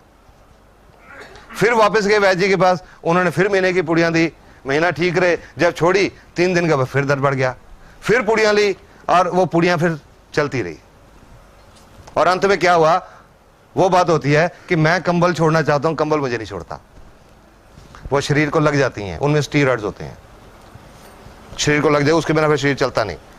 और ये जो स्टीरॉयड हैं, ये सफेद मोतियां पैदा करते हैं, कैटरेक्ट, पेट में अल्सर पैदा करते हैं, और गुर्दे फेल हो रहे हैं। जब से अब गैनोडर्मा का काम शुरू किया, मेरे पास किडनी फेलियर के बहुत पेशेंट आ रहे हैं और मैं समझता हूं, और उनकी मैं हिस्ट्री में गया तो मुझे लगा उनसे ज्यादातर लोगों ने कुछ देसी पुड़ियां खाई हुई थी, गुर्दे फेल हो जाते हैं। तो जिन्होंने ये स्टीरॉयड खाए होते हैं उनका एलमेंट रिफ्लेक्शन पीरियड थोड़ा ज्यादा हो जाता है, पर ठीक हो जाते हैं। हर एक को शुरू में मैं यही राय देता हूं, किसी को गैनोडर्मा की ट्रीटमेंट जब शुरू करें तो जिससे भी आप ले रहे हैं उससे यह पूछिए कि मेरे को ये प्रॉब्लम है, ये बीमारी है, मेरे को क्या निशानी आएंगी, सो दैट आप उसके लिए मेंटली प्रिपेयर्ड हो। कई लोग मेरे को ये भी कहते हैं जी उनको बता दिया पहले कि गठिया है, आपको दर्द बढ़ेगा, तो वो तो लेगा ही नहीं हमसे। तो मैंने कहा वो बेटर है, बता के आपने बता दिया कि दर्द बढ़ेगा, ये अच्छी निशानी है, वो कहे मैंने नहीं लेनी, वो बेटर है, इसकी बजाय कि आप उसको नहीं बताओ, 15-20 दिन के बाद दर्द बहुत ज्यादा हो जाए तो वो आपको भी ब्लेम करे और गैनोडर्मा को भी ब्लेम करे कि इसने तो खराब कर दिया। इट इज बेटर कि पहले से बताओ। तो मैं हर एक को बताता हूं। एक औरत आई थी मेरे पास लगभग 1.5 साल पहले, गठिया था 5-6 साल से, देसी पुड़ियां खा रही थी बहुत देर से, 2-3 साल से देसी पुड़ियां चल रही थी। तो मैंने उनको बोला था आपका ये जो एलमेंट रिफ्लेक्शन है, दर्द बढ़ेगा, बाकियों के मुकाबले में ज्यादा बढ़ेगा, ज्यादा देर तक रहेगा, आप इसको टॉलरेट करेंगे तब शुरू करिए। वो जब औरत आई थी, चल के आई थी, लाठी लेके चल रही थी, मुश्किल से चल रही थी, साथ में 2 आदमी उनके रिश्तेदार साइड में चल रहे थे कि अगर कहीं पैर फिसल जाए तो उनको संभाल लें। चल के आई थी, बता दिया एलमेंट रिफ्लेक्शन, ठीक है जी कोई बात नहीं, मैं सोऊंगी। 22-23 दिन के बाद वो औरत दोबारा से वापस आई। इस बार वो 2 आदमी उनको उठा के लाए थे, घबरा गए ना सुन के, उठा के लाए थे। पिछली बार तो चल के आई थी, अब उठा के लाए थे। नॉर्मली ऐसा पेशेंट डॉक्टर को आके क्या बोलेगा, और डॉक्टर साहब पहले तो मैं चल लेती थी, आपने ये क्या दे दिया तो मैं चलने से रहेगी। नॉर्मली पेशेंट यही कहेगा, पर उसको बताया हुआ था। जब मेरे एग्जामिनेशन टेबल पे लिटाया तो वो औरत पता क्या बोलती है, कहते हैं डॉक्टर साहब इसका मतलब इसका असर शुरू हो गया, क्योंकि पता था उनको असर शुरू हो गया। मैंने उनको एक बात बोली, आपका ये जो पॉजिटिव एटीट्यूड है आप जल्दी ठीक हो जाओगे। और उसके 1.5 महीने के बाद वो कनाडा की फ्लाइट लेके गई, और अब कनाडा से उनको देख के, और उनको कनाडा में चलते फिरते देख के कुछ लोग पटियाला पहुंचे, उनको चलते फिरते देख के। She is a mobile model, she is a walking publicity for Ganoderma. DXN को कोई टीवी के ऊपर इश्तेहार देने की जरूरत नहीं पड़ती, अखबारों में इश्तेहार देने की जरूरत नहीं पड़ती, चलते फिरते लोग ही एडवर्टाइजमेंट है। सॉरी, ये इंपॉर्टेंट चीज है समझना, एलमेंट रिफ्लेक्शन, इससे घबराना नहीं है, it's a good sign. Ganoderma has started working. इस दौरान जैसे मैंने जोड़ों के दर्द बताया, अगर दर्द ज्यादा हो गया कोई पेन किलर खा सकते हैं, नो प्रॉब्लम, उसको कम करने के लिए कोई पेन किलर ले सकते हैं। शुगर की प्रॉब्लम है, लेवल नॉर्मली तो 10-15% बढ़ता है, पर अगर किसी का एवरेज 1-2% लोगों का, किसी का ज्यादा भी बढ़ गया, तो अगर इंसुलिन के 20 यूनिट लग रहे हैं, कुछ दिनों के लिए 25 कर दें, नो प्रॉब्लम। दमे की प्रॉब्लम है, जब बलगम निकलेगी, अगर कहीं सांस की प्रॉब्लम ज्यादा आ जाए तो डेरिफ्लिन का टीका लगवाना पड़े, लगवा लें, नो प्रॉब्लम। पंप लेना पड़े, ले लें, no problem. But RGGL should be continued, क्योंकि ये काम कर रही है, ये बंद नहीं करी। टेम्परेरी मेजर कोई ले सकते हैं, बट इसको काम करने दीजिए, इट इज वर्किंग। जब सारी सेल साफ हो जाती हैं, एलमेंट रिफ्लेक्शन खत्म हो जाते हैं, तीसरा काम शुरू होता है। उसके बाद तीसरा काम शुरू होता है गैनोडर्मा का, रेगुलेशन। सेल के अंदर जो बिजली की क्रिया और जो रासायनिक क्रिया डिस्टर्ब्ड है, उसको गैनोडर्मा बैलेंस करती है। जो सेल ओवर एक्टिविटी कर रही हैं उनको कम करती है, जो अंडर एक्टिविटी कर रही हैं उनको एक्टिवेट करती है। It balances the body cells, bio electric and biochemical function. और जब उनका फंक्शन बैलेंस हो जाता है, जो बॉडी की सेल्स हैं वो नॉर्मल काम करने लग जाती हैं। जब सेल नॉर्मल काम करने लग जाती हैं, स्कैनिंग होकर सेल ढूंढ ली गई, उसके अंदर जो टॉक्सिन्स है, हार्मफुल मटेरियल्स, केमिकल्स, वो साफ कर दिए गए, सेल की फंक्शनिंग बैलेंस हो गई, सेल नॉर्मल हो गई, नॉर्मल फंक्शन करना शुरू कर दिया, तो जिस ऑर्गन की वो सेल हैं, उस ऑर्गन की बीमारी ठीक होनी शुरू हो जाती है। चाहे वो लिवर की सेल हैं, चाहे वो दिल की सेल हैं, चाहे गुर्दे की हैं, चाहे पेट की हैं, चाहे आंख की हैं, चाहे चमड़ी की हैं, उस अंग की बीमारी ठीक होनी शुरू हो जाती है। चौथा काम शुरू होता है building phase. Reconstruction of the damage cells. जब सेल ने नॉर्मल काम करना शुरू कर दिया तो सेल्फ रिपेयर स्टार्ट होती है, सेल अपने आप को रिपेयर करना शुरू करती है, रिकंस्ट्रक्शन। और उसके बाद रीजेनरेशन। जो सेल्स हमारे शरीर में सोई पड़ी हैं, सुस्त पड़ी हैं, not working up to the mark, उनको गैनोडर्मा एक्टिवेट करती है, रीजेनरेट करती है, पुनरुत्पत्ति करती है। और ये जब 5 प्रोसेस पूरी हो जाती हैं, 100% हमारे शरीर की सेल नॉर्मल हो जाती हैं, जो नेचुरल वे में काम करने लग जाती हैं। और जब 100% नॉर्मल हो जाती हैं, काम करने लग जाती हैं, तो हमारे शरीर का सोया हुआ डॉक्टर जाग पड़ता है। Immune system becomes functional, fully functional. और जब वो इम्यून सिस्टम फंक्शनल होता है, सोया हुआ डॉक्टर जाग जाता है और वो अंदर का डॉक्टर बीमारियां ठीक करता है। Because human body is the best doctor in the world. Ganoderma किसी बीमारी को ठीक नहीं करती, ये किसी बीमारी की दवाई नहीं है, ये तो हमारे अंदर के सोए हुए डॉक्टर को जगाने का एक टॉनिक है। It is a health tonic, not a medicine. हमारे शरीर के बिगड़े हुए सिस्टम को ठीक करती है, बीमारियां अपने आप ठीक हो जाती हैं। हर चीज का एक रेंज है। स्कैनिंग 1 दिन से लेकर 30 दिन तक। कितना टाइम लगेगा डिपेंड करेगा कितनी सेल खराब है। डिटॉक्सिफिकेशन 1 सप्ताह से 30 सप्ताह। टॉक्सिन लोड कितना बॉडी में, बैलेंस करने को 1 महीने से 12 महीने, डिपेंड करेगा बैलेंस कितना बिगड़ा हुआ है। रिकंस्ट्रक्शन 6 महीने से 24 महीने, पुनर्निर्माण 6 महीने से 24 महीने। I'll give you a layman's example, probably you will understand.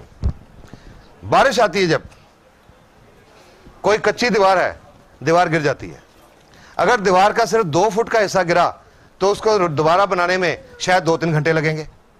पर अगर बारिश ज्यादा पूरी दीवार गिर गई तो बनाने में ज्यादा टाइम लगेगा, पुनर्निर्माण ज्यादा टाइम लगेगा। 6 महीने से 24 महीने तक डिपेंड करता है रिकंस्ट्रक्शन कितनी करने की जरूरत है, पुनर्निर्माण कितना करने की जरूरत है।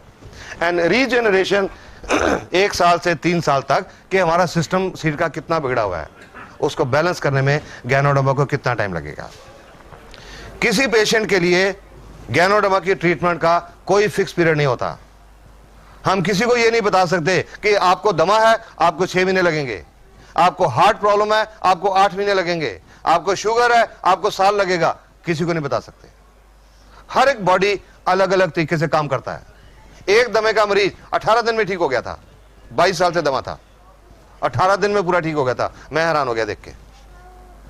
और एक और दमे की पेशेंट आई थी मेरे पास, 4 साल से दमा था, उनको 7 महीने लगे थे। बॉडी कैसे रिस्पॉन्ड करता है, हर चीज के प्रति हमारे शरीर का रिस्पॉन्स क्या है, उस पर डिपेंड करेगा कि टाइम कितना लगता है।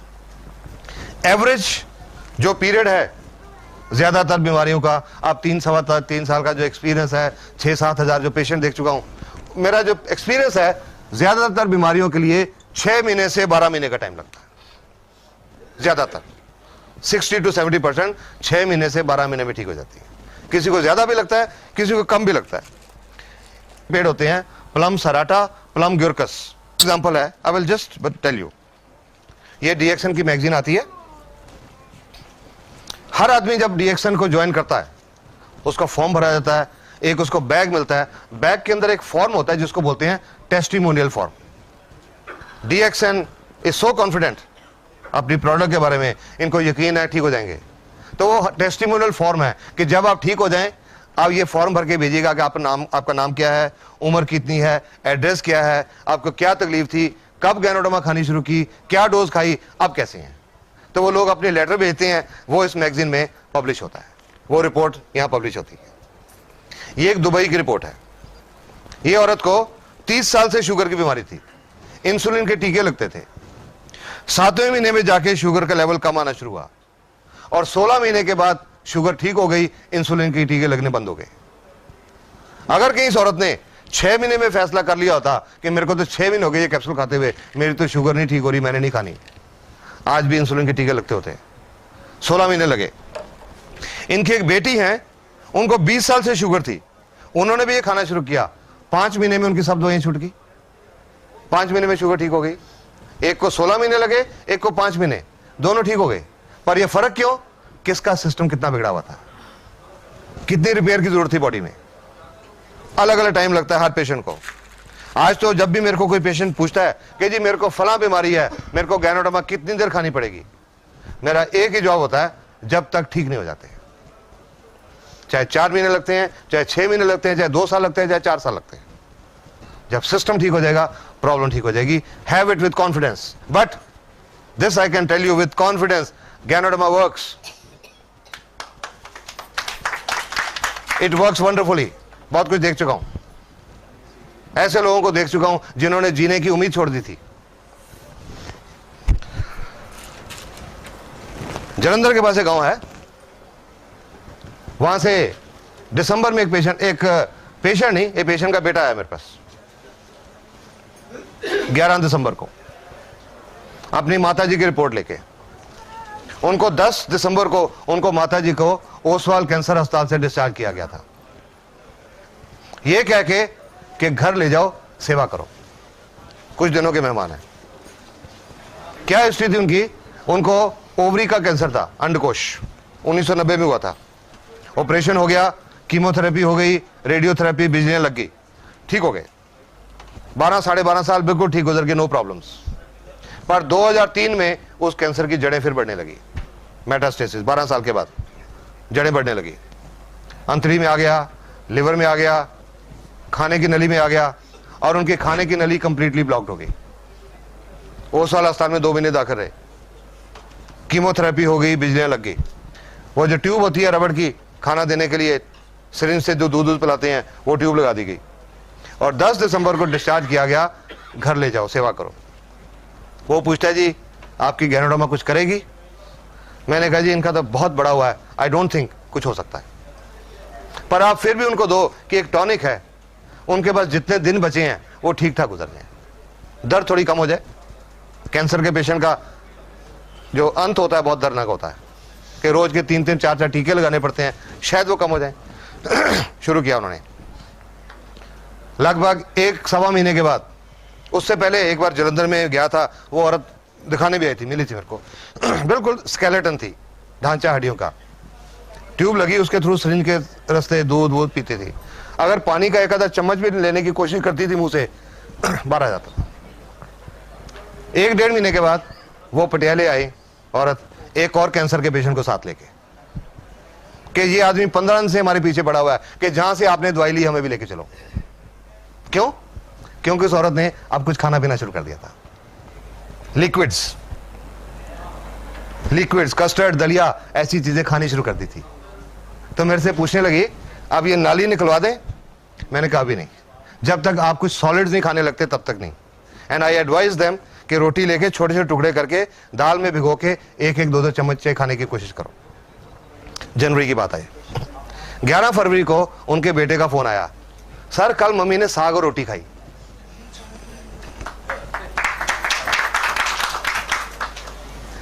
इंसिडेंटली मुझे 13 फरवरी को जलंधर जाना था एक शादी अटेंड करने। I felt so happy. मैंने उसको कहा, अपने गांव का रास्ता बताओ, मैं तुम्हारे गांव में आना चाहता हूं। और उनके गांव में गया। उस औरत की एक सिस्टर कनाडा से आई थी लास्ट टाइम उनको मिलने के लिए। उनकी एक ननद न्यूयॉर्क से आई थी उनको लास्ट टाइम मिलने के लिए, और अब वो देख रहे हैं अब तो गुरपाल कौर शहर में घूम रही हैं। उन्होंने उस गुरुद्वारे में एक अखंड पाठ कराया। 27 फरवरी को बुलाया गया मेरे को, और जो रिस्पेक्ट मिली वो पहले 30 साल के मेडिकल करियर में नहीं मिली थी। Just because of this service की वजह से। वही आदमी हूं, वही डॉक्टर हूं जो आज से 3-3.25 साल पहले था, वही एमबीबीएस डॉक्टर। फर्क क्या है, आज ये गैनोडर्मा की साथ में जुड़ गई और इसको अच्छी तरह समझा, लोगों को बताया। वो मैंने सिर्फ वही किया और कुछ नहीं किया। किसी के घर में दरवाजा खटका के ये देने नहीं गया, भाई तुमको शुगर है ये लो, तुमके गुर्दे फेल हैं ये लो, किसी को देने नहीं गया। इंफॉर्मेशन देता रहा, जिसको अच्छा लगा अपनाया, विश्वास किया अपनाया, और कई लोगों की जिंदगी बदलती चली गई। जलंधर में एक और आदमी है, उनको सितंबर 2002 में ओसवाल कैंसर अस्पताल ने बोला था 2-3 महीने के मेहमान, और आज 2.5 साल हो चुके हैं। वो कैप्टन राजेंद्र सिंह एक हेल्दी लाइफ जी रहे हैं, no cancer now. Repeatedly Oswal अस्पताल उनको रिपोर्ट दे चुका है आपके अंदर कैंसर नहीं है, and he is living a healthy life. दिसंबर में राजीव गांधी कैंसर अस्पताल से एक पेशेंट को डिस्चार्ज किया गया, पटियाला में रहते हैं वो, ब्रेन ट्यूमर। वो आदमी सेमी कॉन्शियस था, मिडिल एज आदमी, अराउंड 60-62 साल, सेमी कॉन्शियस, बिस्तर पे पड़े हैं, कुछ खाना पीना नहीं, चम्मच से थोड़ा बहुत खिला दिया, जो पेशाब वगैरह सब बिस्तर के ऊपर, कोई होश नहीं। उनके बेटों को बताया भगवान का नाम लेके ट्राई करो, और आज वो आदमी सुबह शाम मंदिर जाते हैं। राजीव गांधी कैंसर अस्पताल में बोला था कुछ दिनों के मेहमान हैं, अभी 3.5 महीने हो चुके हैं, वो मंदिर जाते हैं और घर के सारे काम करते हैं। This is what Ganoderma is doing. You got to understand it, you got to understand Ganoderma. जब ये सारा फेज पूरा हो जाएगा, बीमारियां अंदर अपने आप ठीक हो जाएंगी। You don't have to bother कि मेरे को फलानी बीमारी है, ज्ञानोडर्मा को काम करने दो, ये ढूंढेगी सब कुछ जाके, इट विल क्लियर एवरीथिंग। ये जो मैं आपको एलमेंट रिफ्लेक्शन बता रहा था, लिवर की प्रॉब्लम है तो लाल आंखें होती हैं, गुर्दे की कोई प्रॉब्लम है तो ब्लॉक ईयर होते हैं, फेफड़े की कोई प्रॉब्लम है तो बलगम आती है या उल्टी आती है, कोई ब्लड सर्कुलेशन की कोई प्रॉब्लम है, ब्लड सर्कुलेशन की कोई प्रॉब्लम है तो थोड़ी नमनेस, जैसे टांगे सोई हुई महसूस होती हैं। अगर एलमेंट रिफ्लेक्शन अगर ज्यादा हो जाए, अगर तंग करे, डोज थोड़ी देर के लिए कम कर दें या उसके लिए कोई सिम्टोमेटिक ट्रीटमेंट ले लें, but continue Ganoderma, let it do its job. Ganoderma does not cure any disease directly, but it helps the body to handle it. Gyanoderma is health specific and not disease or symptom specific. जब ज्ञानोडर्मा की treatment शुरू करनी है किसी भी बीमारी के लिए, मरीज जो भी दवाइयां खा रहा है, चाहे एलोपैथिक, चाहे होम्योपैथिक, चाहे आयुर्वेदिक, वो शुरू में साथ में चलेंगी, वो एकदम से बंद नहीं करनी।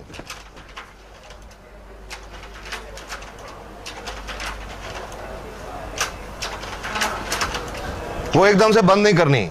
जब स्कैनिंग हो जाएगी, जब डिटॉक्सिफिकेशन हो जाएगी, जब सेल्स बैलेंस हो जाएंगी, बीमारी की जड़ ठीक हो जाएगी, तब बीमारी ठीक होने लगेगी, उस समय वो दवाइयां बंद होनी शुरू होंगी।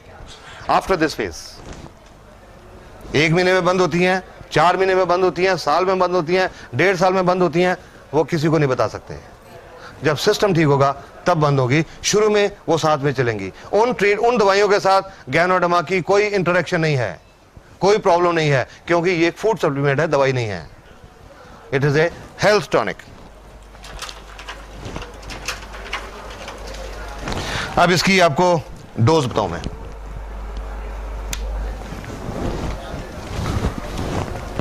डोज तो जनरली दवाइयों की होती है, ज्ञानो तो दवाई नहीं है तो इसकी डोज नहीं होती, बट फिर भी हम लोगों को डोज बताते हैं। क्यों?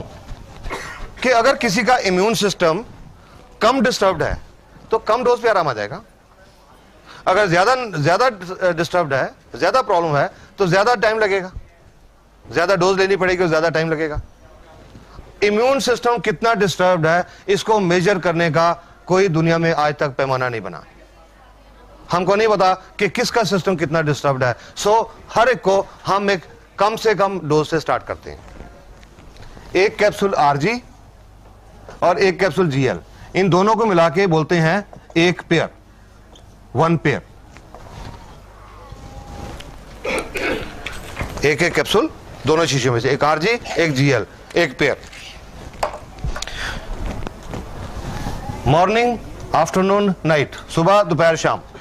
पहले हफ्ते एक पेयर सुबह के टाइम, दोपहर को नहीं, रात को नहीं। एक पेयर सुबह के टाइम, प्रेफरेबली खाना खाने से पहले, खाना खाने से आधा घंटा पौना घंटा पहले प्रेफरेबली।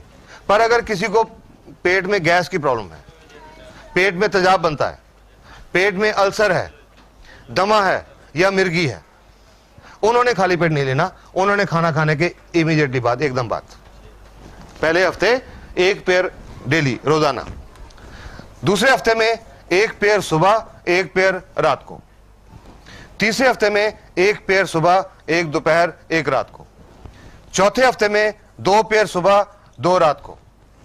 5वें हफ्ते में 2 पेयर सुबह, 2 दोपहर, 2 रात को। इस तरह हफ्ते हफ्ते में एक या 2 पेयर बढ़ाते हैं। जब देखने वाले जहां तक देखते हैं, अपने दिमाग का कैलकुलेटर यूज करना शुरू कर देते हैं। 5वें हफ्ते में जाके 6 पेयर खाने पड़ेंगे, 12 कैप्सूल खाने पड़ेंगे, घबरा जाते लोग ये सोच के। ये जरूरी नहीं है, ये जरूरी नहीं कि हर एक को 12 कैप्सूल खाने ही पड़ेंगे। ये तो सिर्फ डोज बढ़ाने का तरीका है। कब तक बढ़ानी है? जब तक उस मरीज को जो भी प्रॉब्लम है, जब तक वो ठीक नहीं हो जाती। और जब कैसे पता लगेगा मरीज को कि उसके ऊपर इसने असर करना शुरू कर दिया? जब उस मरीज के अंदर उस बीमारी के मुताबिक जो एलमेंट रिफ्लेक्शंस हैं वो आ जाएंगे। जिस डोज पे, अगर लिवर की प्रॉब्लम है तो जिस डोज पे आंखें लाल हो जाएंगी। अगर शुगर की प्रॉब्लम है तो जिस डोज पे शुगर का लेवल राइज करेगा। अगर गुर्दे की प्रॉब्लम है तो जिस डोज पे कानों में भारीपन आएगा, वो डोज उस पेशेंट के लिए सही डोज है। कई लोगों में ये एलमेंट रिफ्लेक्शन पहले हफ्ते की डोज में आ गए, एक पैर की डोज पे, उनको आगे बढ़ाने की जरूरत नहीं पड़ी, इसी पे कंटिन्यू करते हैं। किसी को 2 पे, किसी को 3 पे। अपने बॉडी के मुताबिक हर पेशेंट खुद डोज एडजस्ट करेगा, किसी के लिए कोई फिक्स डोज नहीं है। हर अपनी बॉडी के मुताबिक डोज एडजस्ट करेगा, और जो भी डोज एडजस्ट होती है तब तक खाते रहना जब तक ठीक नहीं होती। अब कई लोग ये सोच के कि जी 8 महीने लगेंगे, कई बार हेजिटेट करते हैं, क्योंकि आज का पेशेंट बहुत इम्पेशेंट है। आज का तो मरीज है, वो सोचता है कि मेरा जो प्रॉब्लम है, आज डॉक्टर ने दवाई लिखी, कल तक आराम आना चाहिए, नहीं आया तो दूसरे दिन आज आदमी डॉक्टर चेंज कर लेता है। दूसरे दिन किसी दूसरे डॉक्टर की दवाई, आराम नहीं आया तो तीसरे दिन तीसरा डॉक्टर। आज का पेशेंट इतना इम्पेशेंट हो चुका है। पर मैं तो जब गैनोडर्मा के बारे में बताता हूं, मैं हर एक को यही बात बोलता हूं, you have to be patient. मैं तो उनको ये बोलता हूं, you are a patient, remain patient for some time, take Ganoderma patiently, and after some time you will not remain a patient. Faith के साथ लीजिए, ठीक हो जाएंगी प्रॉब्लम्स, बहुत कुछ ठीक हो जाएगा। ये तो नॉर्मल तरीके से डोज स्टार्ट करते हैं। एक प्रॉब्लम होती है, एक तरह के पेशेंट होते हैं, उनको हम ये डोज स्टार्ट नहीं करते। कैसे पेशेंट? जैसे वो जलंधर वाले कैंसर अस्पताल से छुट्टी हुई थी कि कुछ दिनों के मेहमान हैं। ऐसे पेशेंट को हम ये नहीं बोल सकते कि पहले हफ्ते 1 पेयर लो, दूसरे हफ्ते 2 पेयर लो, तीसरे हफ्ते 3 पेयर लो। पेशेंट के पास इतना टाइम नहीं है, patient is running out of time. तो ऐसे पेशेंट को हम एक हैवी डोज देके एक चांस लेते हैं। ये नहीं बोलते अरे वो ओसाल वाले या राजीव गांधी वाले वो क्या करें, उनको क्या पता, आप हमारी ये खाओ ठीक हो जाओगे। No, I just tell them take a chance, ताकि जितना टाइम बचा है वो ठीक ठाक गुजर जाए। ऐसे पेशेंट को हम चांस लेते हैं 30 RG और 30 GL, 30 पेयर्स, 60 कैप्सूल की डोज स्टार्ट करते हैं ऐसे टर्मिनल कैंसर पेशेंट को। 30 कैप्सूल ये, 30 कैप्सूल ये। अब वो कैंसर का पेशेंट ऐसा, उसके जो रिश्तेदार, मैं बड़े लोगों को फेस कर चुका हूं, जब बताता था ये लेनी है, डॉक्टर साहब 60 कैप्सूल, मैं कहता हाँ जी, आई एम श्योर मेरी बातें तो सुन के अच्छा जी चले जाते, बट आई एम श्योर मेरे क्लिनिक के बाहर जाके वो बातें करते होंगे कि डॉक्टर का दिमाग खराब हो गया। ठीक है ना, कि ये मरीज के अंदर तो कोई जान नहीं है, एक तो हड्डी का ढांचा रह गया बिजनेस लगने के बाद, इससे कोई रोटी नहीं खाई जाती, भूख ही नहीं लगती, कुछ खाता है तो उल्टी आ जाती है, ये 60 कैप्सूल कहां से खाएगा? नहीं खा सकता। ऐसा पेशेंट 60 कैप्सूल नहीं खा सकता, वो खिलाने का एक खास तरीका है। ये जो 60 कैप्सूल है, इनका हम पाउडर खोल लेते हैं, पाउडर निकाल लेते हैं 60 कैप्सूल का, 30 RG 30 GL, और एक ऐसी मिनरल वाटर की बोतल, उसमें आधा लीटर पानी, थोड़ा गर्म पानी, गुनगुना पानी, ये लेके ये जो 60 कैप्सूल का पाउडर है ये उसके अंदर डाल देते हैं। ढक्कन को अच्छी तरह बंद करके उस बोतल को जोर जोर से ऐसे शेक करते हैं, अप एंड डाउन डायरेक्शन, कम से कम 100 दफा, कम से कम 100 बार। इसको बोलते हैं पोटेंटाइज करना। ये एक होम्योपैथिक प्रिंसिपल है, पोटेंटाइज करना। और 100 दफा शेक करके जो आधा लीटर सस्पेंशन तैयार हो गई, वो उस कैंसर के मरीज को हर 5-10 मिनट में 1-2 चम्मच करके पिला देते हैं, और 1.5-2 घंटे में ये पूरा खत्म कर देते हैं। इसको बोलते हैं डाइट थेरेपी। डाइट थेरेपी हर रोज उस कैंसर के पेशेंट को हम ये डाइट थेरेपी देते हैं 60 कैप्सूल की डोज, महीना 1.5 महीना। और जिस पेशेंट को कैंसर अस्पताल ने बोला कुछ दिनों के मेहमान हैं और उनका महीना 1.5 महीना गुजर गया, कंडीशन थोड़ी स्टेबल होगी, बेटर होगी, उसके बाद डोज रिड्यूस करते हैं, फिर कम करते हैं, पर शुरू इस तरीके से करते हैं।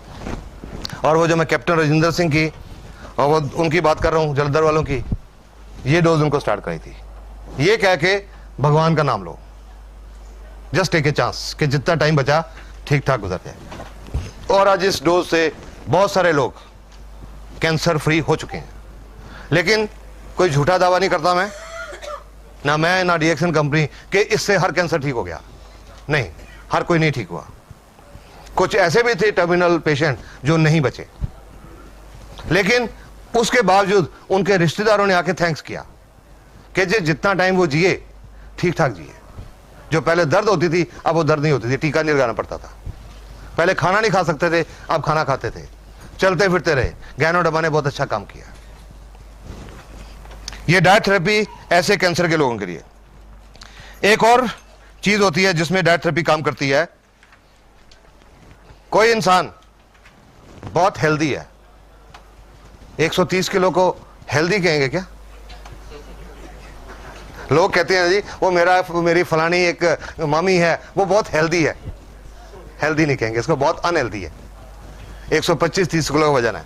तो जो लोग जल्दी वेट लूज करना चाहते हैं उनको भी डाइट थेरेपी रिकमेंड करते हैं। ये एक पेशेंट की रिपोर्ट है, ये मलेशिया की रिपोर्ट है। ये आप इस आदमी को देखिए, इसका पेट देखिए, इनका वजन था 86.5 किलो 86.5 और इनकी वेस्ट थी 42 इंचेस। इन्होंने ये डाइट थेरेपी शुरू की और साथ में बोलते हैं कि मैंने दोपहर को हल्का खाना खाया, सुबह शाम सिर्फ फल फ्रूट खाए, पाइनएप्पल, पियर, एप्पल, गुआवा और वाटरमेलन, सिर्फ फल फ्रूट सुबह शाम, और साथ में थोड़ी एक्सरसाइज की। 21 दिन के बाद 13.5 किलो वजन घटा इन 21 डेज और कमर 42 से 37 inch. Diet therapy. Diet therapy एक और किस्म के लोगों के लिए भी, कोई गठिए का पेशेंट जिसको यह पता लगेगा दर्द बढ़ेगा, अरे नहीं मैं नहीं लूंगा कि दर्द बढ़ जाएगा, उनको डाइट थेरेपी शुरू कराते हैं क्योंकि इसमें एलमेंट रिफ्लेक्शन कम आते हैं या नहीं आते। ऐसे लोगों को भी डाइट थेरेपी शुरू करते हैं। सब ये जो तैयार करते हैं ये कितने टाइम तक ठीक रहता है? एक 1.5-2 घंटा बस, उससे ज्यादा नहीं। उससे ज्यादा ये जब हम इससे ऐसे हिलाते हैं ना, इसमें एक बड़ी डायनेमिक पावर पैदा होती है। ये जो क्या होता है, पानी के अंदर कुछ जो पानी के कण होते हैं इनको बोलते हैं MC, molecular clusters. Molecular clusters, जो पानी, आम पानी का जो साइज होता है मॉलिक्यूल्स का 13 से 15 एमसी पर क्यूबिक मिलीलीटर। जब ये करते हैं वो 13 से 15 की बजाय 2-3 हो जाता है, उनकी एब्जॉर्प्शन सेल में बढ़ जाती है और 2 घंटे के अंदर वो डायनेमिक पावर रहती है उसका खत्म हो जाती है। सपोजिंग कोई पेशेंट है, उसने भी आधा पिया, नहीं पिया गया 2 घंटे में, तो 2 घंटे के बाद इसको फिर से ला लो, फिर 100 बार फिर ला के फिर से वो पैदा करके फिर 1.5-2 घंटे में खत्म कर दो। ऐसा भी कर सकते हैं, लाइक दैट। 1-1.5 महीना, 1 महीने तक 20 days daily, every day. Sir ये जो Every day. पेशेंट है जिसका ओवरवेट था, तो इसको कितना डोज, ये तो हैवी है ना, इसके लिए ये इतना ही डोज देना चाहिए? किसके लिए? जो एक्सेस वेट है, जैसे हाँ। 86 केजी है, हाँ। फॉर एग्जांपल मेरे Okay, ब्रदर का bye. है, हाँ। और उनको जोड़ों पे भी दर्द है, उनको नॉर्मल 1-2-3 से शुरू कराओ। वो पैर बढ़ाएं, हाँ, उसी से बढ़ाओ। तो उसी से एक पटियाला में एक औरत है, उनको गठिया है, उनको एक ही पैर स्टार्ट किया था, उन्होंने एक पैर बढ़ाया ही नहीं, 2 महीने तक एक ही पैर रहते रहे। 2 महीने में उन्होंने 8 किलो वजन लूज कर दिया सिर्फ एक पैर से। अब उनका गठिया भी ठीक है और अब उनका वो भी ठीक है। हाँ जी, जनरली अगर पैर ना बढ़ाए, हमारे 8 महीने से पहली डोज पे ही चलता रहे तो कब तक चलना है? क्या होता है? पैर ना बढ़ाए जाए और हाँ। एक ही डोज पे चलता रहे। हाँ, ये भाई साहब ने पूछा कि सपोजिंग हम पैर नहीं बढ़ाए, सपोजिंग पैर नहीं बढ़ाए, सुन रहा हूं मैं सुन रहा हूं, मैंने देख भी लिया है। आप बहुत बातें सुन रहे हो, 8 महीने से मैं पैर खा रहा हूँ। पता है मेरे को क्या कि सपोजिंग डोज नहीं बढ़ाए, जैसे वो 1-2-3 की बोलते हैं। अगर आदमी एक ही पैर लेता रहे तो क्या असर, एक ही पेयर कह रहे हैं ना, सपोज असर होगा। वैसे तो एक पेयर की डोज हम उनको बताते हैं जिनको कोई प्रॉब्लम नहीं है, सिर्फ अपनी हेल्थ मेंटेन करने के लिए, ठीक है। तो अगर कोई बीमारी है तो हमको कम से कम 2 या 3 पेयर की डोज तो चाहिए। सपोजिंग वो नहीं भी बढ़ाता, एक ही पेयर लेता रहता है, तो उसके अंदर जो प्रॉब्लम है, जो 3 की पेयर से मान लो 8 महीने में ठीक होती है, एक लेता है तो 2 साल लग जाएंगे, टाइम बढ़ जाएगा। वैसे उससे कोई फर्क नहीं पड़ता, थोड़ा टाइम ज्यादा लग जाएगा। लिए चाह रहा हूँ जैसे मैं ठीक हूँ हाँ। तो अभी शुरू करूँ तो एक पेयर एक बार, हाँ, यस, या for gaining same way go up to 3 pairs. एक बड़ा इम्पोर्टेंट क्वेश्चन है। हाँ जी, It's a very question. Yes. How do we believe and why do we believe you that you are not giving us any steroids? Is it approved by any organization? Since you say that you got so many examples, has it been approved by WHO or anyone before we all start going ahead? I'm just sorry. Yeah. Thank you. No, it's a very valid question. Okay. It's a very valid question, and this question must be answered. That's right. Must be answered. Otherwise, we don't want to keep people in the dark. We are layman. Yeah, we don't. Steroid for us. We don't want to keep the people in the dark. Okay.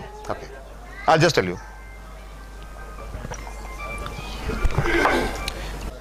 Dr. Lim approached the US government to open DXN in USA, but उन्होंने refuse कर दिया। US government ने refuse कर दिया क्योंकि वो हर खाने की चीज के बारे में, दवाई के बारे में बहुत स्ट्रिक्ट है। Their standards are very strict. It was handed over to FDA. FDA started experimenting. 1 साल एक्सपेरिमेंट करने के बाद DXN was opened in California after FDA approved it as a safe food supplement. और कई लेबोरेटरीज की reports हैं हमारे पास about betamethasone absent, corticosteroid absent, dexamethasone absent, prednisolone absent, ये रिपोर्ट्स हैं। अब कुछ लोगों ने मेरे को ये भी बताया जी हमने वो हमारे शहर में एक लेबोरेटरी टेस्ट कराया था, I've gone through all this, test कराया था, उन्होंने बोला इसमें स्टीरॉइड है। ठीक है, एक छोटी लेबोरेटरी के पास इसको टेस्ट करने का इंतजाम होता ही नहीं है। पहली बात, इंडिया में सिर्फ 1 या 2 लेबोरेटरी हैं, बॉम्बे में एम्स में होगी, उनके पास है, हर लेबोरेटरी कर ही नहीं सकती। एक चीज होती है जिसको हम बोलते हैं sterol, there is something called sterol which is a natural thing, वो नेचुरल प्लांट्स में होती है। वो स्टीरॉल का टेस्ट भी पॉजिटिव आता है because ganoderma contains that ergosterol. Ergosterol is a natural precursor of hormones. It contains that, जिसकी वजह से छोटी मोटी लेबोरेटरी वाले इसमें स्टीरॉइड दिखा देते हैं। पर हमारे पास सिंगापुर की लेबोरेटरी, मलेशिया की लेबोरेटरी, चेन्नई की लेबोरेटरीज इंडिया में जब आई थी, ड्रग कंट्रोल ऑफ इंडिया ने सब कुछ वेरीफाई किया था। Then DXN was allowed to come in India. And 1993 1993 में DXN कंपनी मलेशिया में शुरू हुई और आज दुनिया के 53 कंट्रीज में चल रही है। There must have been found, उसके बिना नहीं हो सकता। और अगर USA जैसे कंट्री में खुली, कनाडा में खुली, ऑस्ट्रेलिया में खुली, I don't think they will allow it without verifying. चल रही है, you can rest assured. Report चाहिए बहुत सारी हैं, इंटरनेट के ऊपर बहुत रिपोर्ट्स अवेलेबल हैं। You will find one ergosterol। कितनी है? सर थोड़ा सा रिपोर्ट आती है। आप एज बताइए मेरे को, एज कितनी है? एज, उम्र? ओके। पहले उनको शुगर की भी प्रॉब्लम थी? प्रॉब्लम उसको एक बार 3-4 साल का था तो फिटनेस का प्रॉब्लम था, तो काफ़ी लंबा इलाज चला था उसका। Doctor Das please we are answering the questions now. ये क्वेश्चन हो सकता है और भी किसी के काम आएंगे। हाँ सुनिए, ये किडनी पेशेंट के बारे में बात कर रहे हैं, हम एक गुर्दे के पेशेंट की बात कर रहे हैं। सुनिए प्लीज। हाँ, तो वो फिटनेस का इलाज चला था 6-7 साल। डॉक्टर दास गुप्ता जो है वो बहुत अच्छे डॉक्टर थे, वो तो चले गए, उसका इलाज भी सही हुआ और ठीक भी हो गया। चलो अभी 1.5-2 महीना पहले प्रॉब्लम आई, फीवर उभर आया और वो गांठ में दर्द हुआ, इलाज कराने के लिए गए तो दरभंगा में डॉक्टर AM मिश्रा है। ये डायलिसिस कितनी देर से चल रहा है? डायलिसिस पिछले सप्ताह से चल रहा है, 2 दिन हो गए हैं डायलिसिस। ओके, तो क्या उन्होंने ट्रांसप्लांट कराने का फैसला कर लिया? डॉक्टर ने उन्होंने कहा कि इसको ट्रांसप्लांट तो करना पड़ेगा, लेकिन उससे पहले डायलिसिस भी जरूरी है। ओके। और पेशेंट उसे देखने से चलता फिरता है। अगर तो किसी पेशेंट ने डिसाइड किया कि कुछ दिनों में ट्रांसप्लांट कराना है, अगर किसी ने, आप सबकी इंफॉर्मेशन के लिए, कि कुछ दिनों में ट्रांसप्लांट कराना है, तो गैनोडर्मा शुरू नहीं करनी। मैंने तो स्टार्ट कर नहीं, अगर कुछ दिनों में कराना है तो नहीं करनी, क्योंकि जब हम ट्रांसप्लांट करते हैं हम स्टीरॉयड देके बॉडी के इम्यून सिस्टम को कम करते हैं कि बॉडी उसको रिजेक्ट ना कर दे, इसने इम्यून सिस्टम को बढ़ाना है, ये कॉन्ट्राडिक्टरी इफेक्ट हो जाएगा। और या दूसरा एक और, अगर किसी का किडनी ट्रांसप्लांट हो चुका है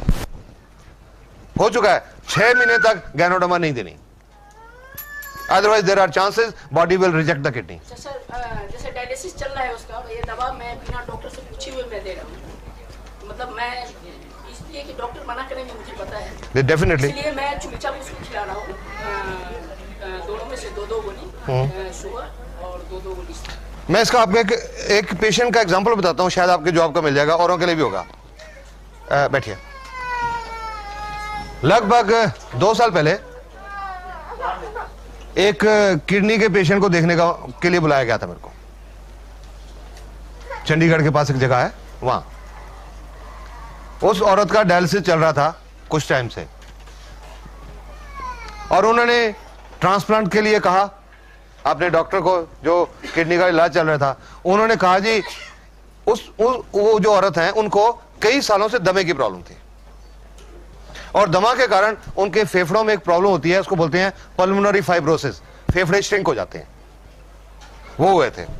तो उनको डॉक्टर ने कहा हम इनका ट्रांसप्लांट करने की सोच नहीं सकते, क्योंकि ये जो फेफड़े की प्रॉब्लम है ये एनेस्थीसिया नहीं सह पाएंगी, शायद ऑपरेशन थिएटर में डेथ हो जाए, ये नहीं सोच सकते। तो जितनी देर इन्होंने जीना है इनकी सेवा करो, जो 4-6 महीने जीना है सेवा करो। मेरे को देखने के लिए बुलाया गया, फर्स्ट पेशेंट था मेरा किडनी का। I couldn't tell with confidence कि जी बहुत सारे लोग ठीक हो गए जी, आप भी लोग। वो पहला पेशेंट था मेरी जिंदगी का किडनी का पेशेंट। लिटरेचर लेके गया, गैनोडर्मा की जो किताब वो लेके गया, उनको दिखाया, ये देखो जी जापान यूनिवर्सिटी की रिपोर्ट है गुर्दे के बारे में, यहाँ लिखा हुआ है कि गैनोडर्मा गुर्दे की बीमारी को 100% ठीक कर सकती है, ये किताब में लिखा हुआ है। वो दिखाया तो वो भी मेरे को कहने लगे क्या हम अपने डॉक्टर से पूछ लें, आपकी अच्छी लगती है पर क्या उनसे पूछ लें जिनकी ट्रीटमेंट चल रही है इतने सालों से। तो मैंने उनको साफ बोला कि जरूर पूछिए, पर पूछने में एक प्रॉब्लम आ सकती है कि वो जो डॉक्टर हैं आपके, पता नहीं वो हर्बल के प्रति उनका ओपन माइंड है या नहीं, जड़ी बूटियों के प्रति ओपन माइंड है या नहीं। अगर नहीं हुआ जड़ी बूटियों के प्रति ओपन माइंड, और उन्होंने बोल दिया कि मेरी दवाई के साथ आपने और कोई नहीं लेना, तो आपको मुश्किल पड़ जाएगी, आपको डिसीजन लेने में मुश्किल हो जाएगी। बाकी इट्स योर विश। मैं आके मेरा काम था इंफॉर्मेशन देना, बाकी आपकी मर्जी है। उन्होंने वो डॉक्टर साहब से सलाह किए बिना शुरू कर दी, मेरे पे विश्वास किया, शुरू कर दी। वो शुरू करने के लगभग महीने 1.5 महीने के बाद उनका डायलिसिस बंद हो गया और 9-9.5 ग्राम पे पहुंच गया। उसका 4.5 मात्रा था। हाँ आप सुनो ये पूरा। मैं दवा चलाया तो इसका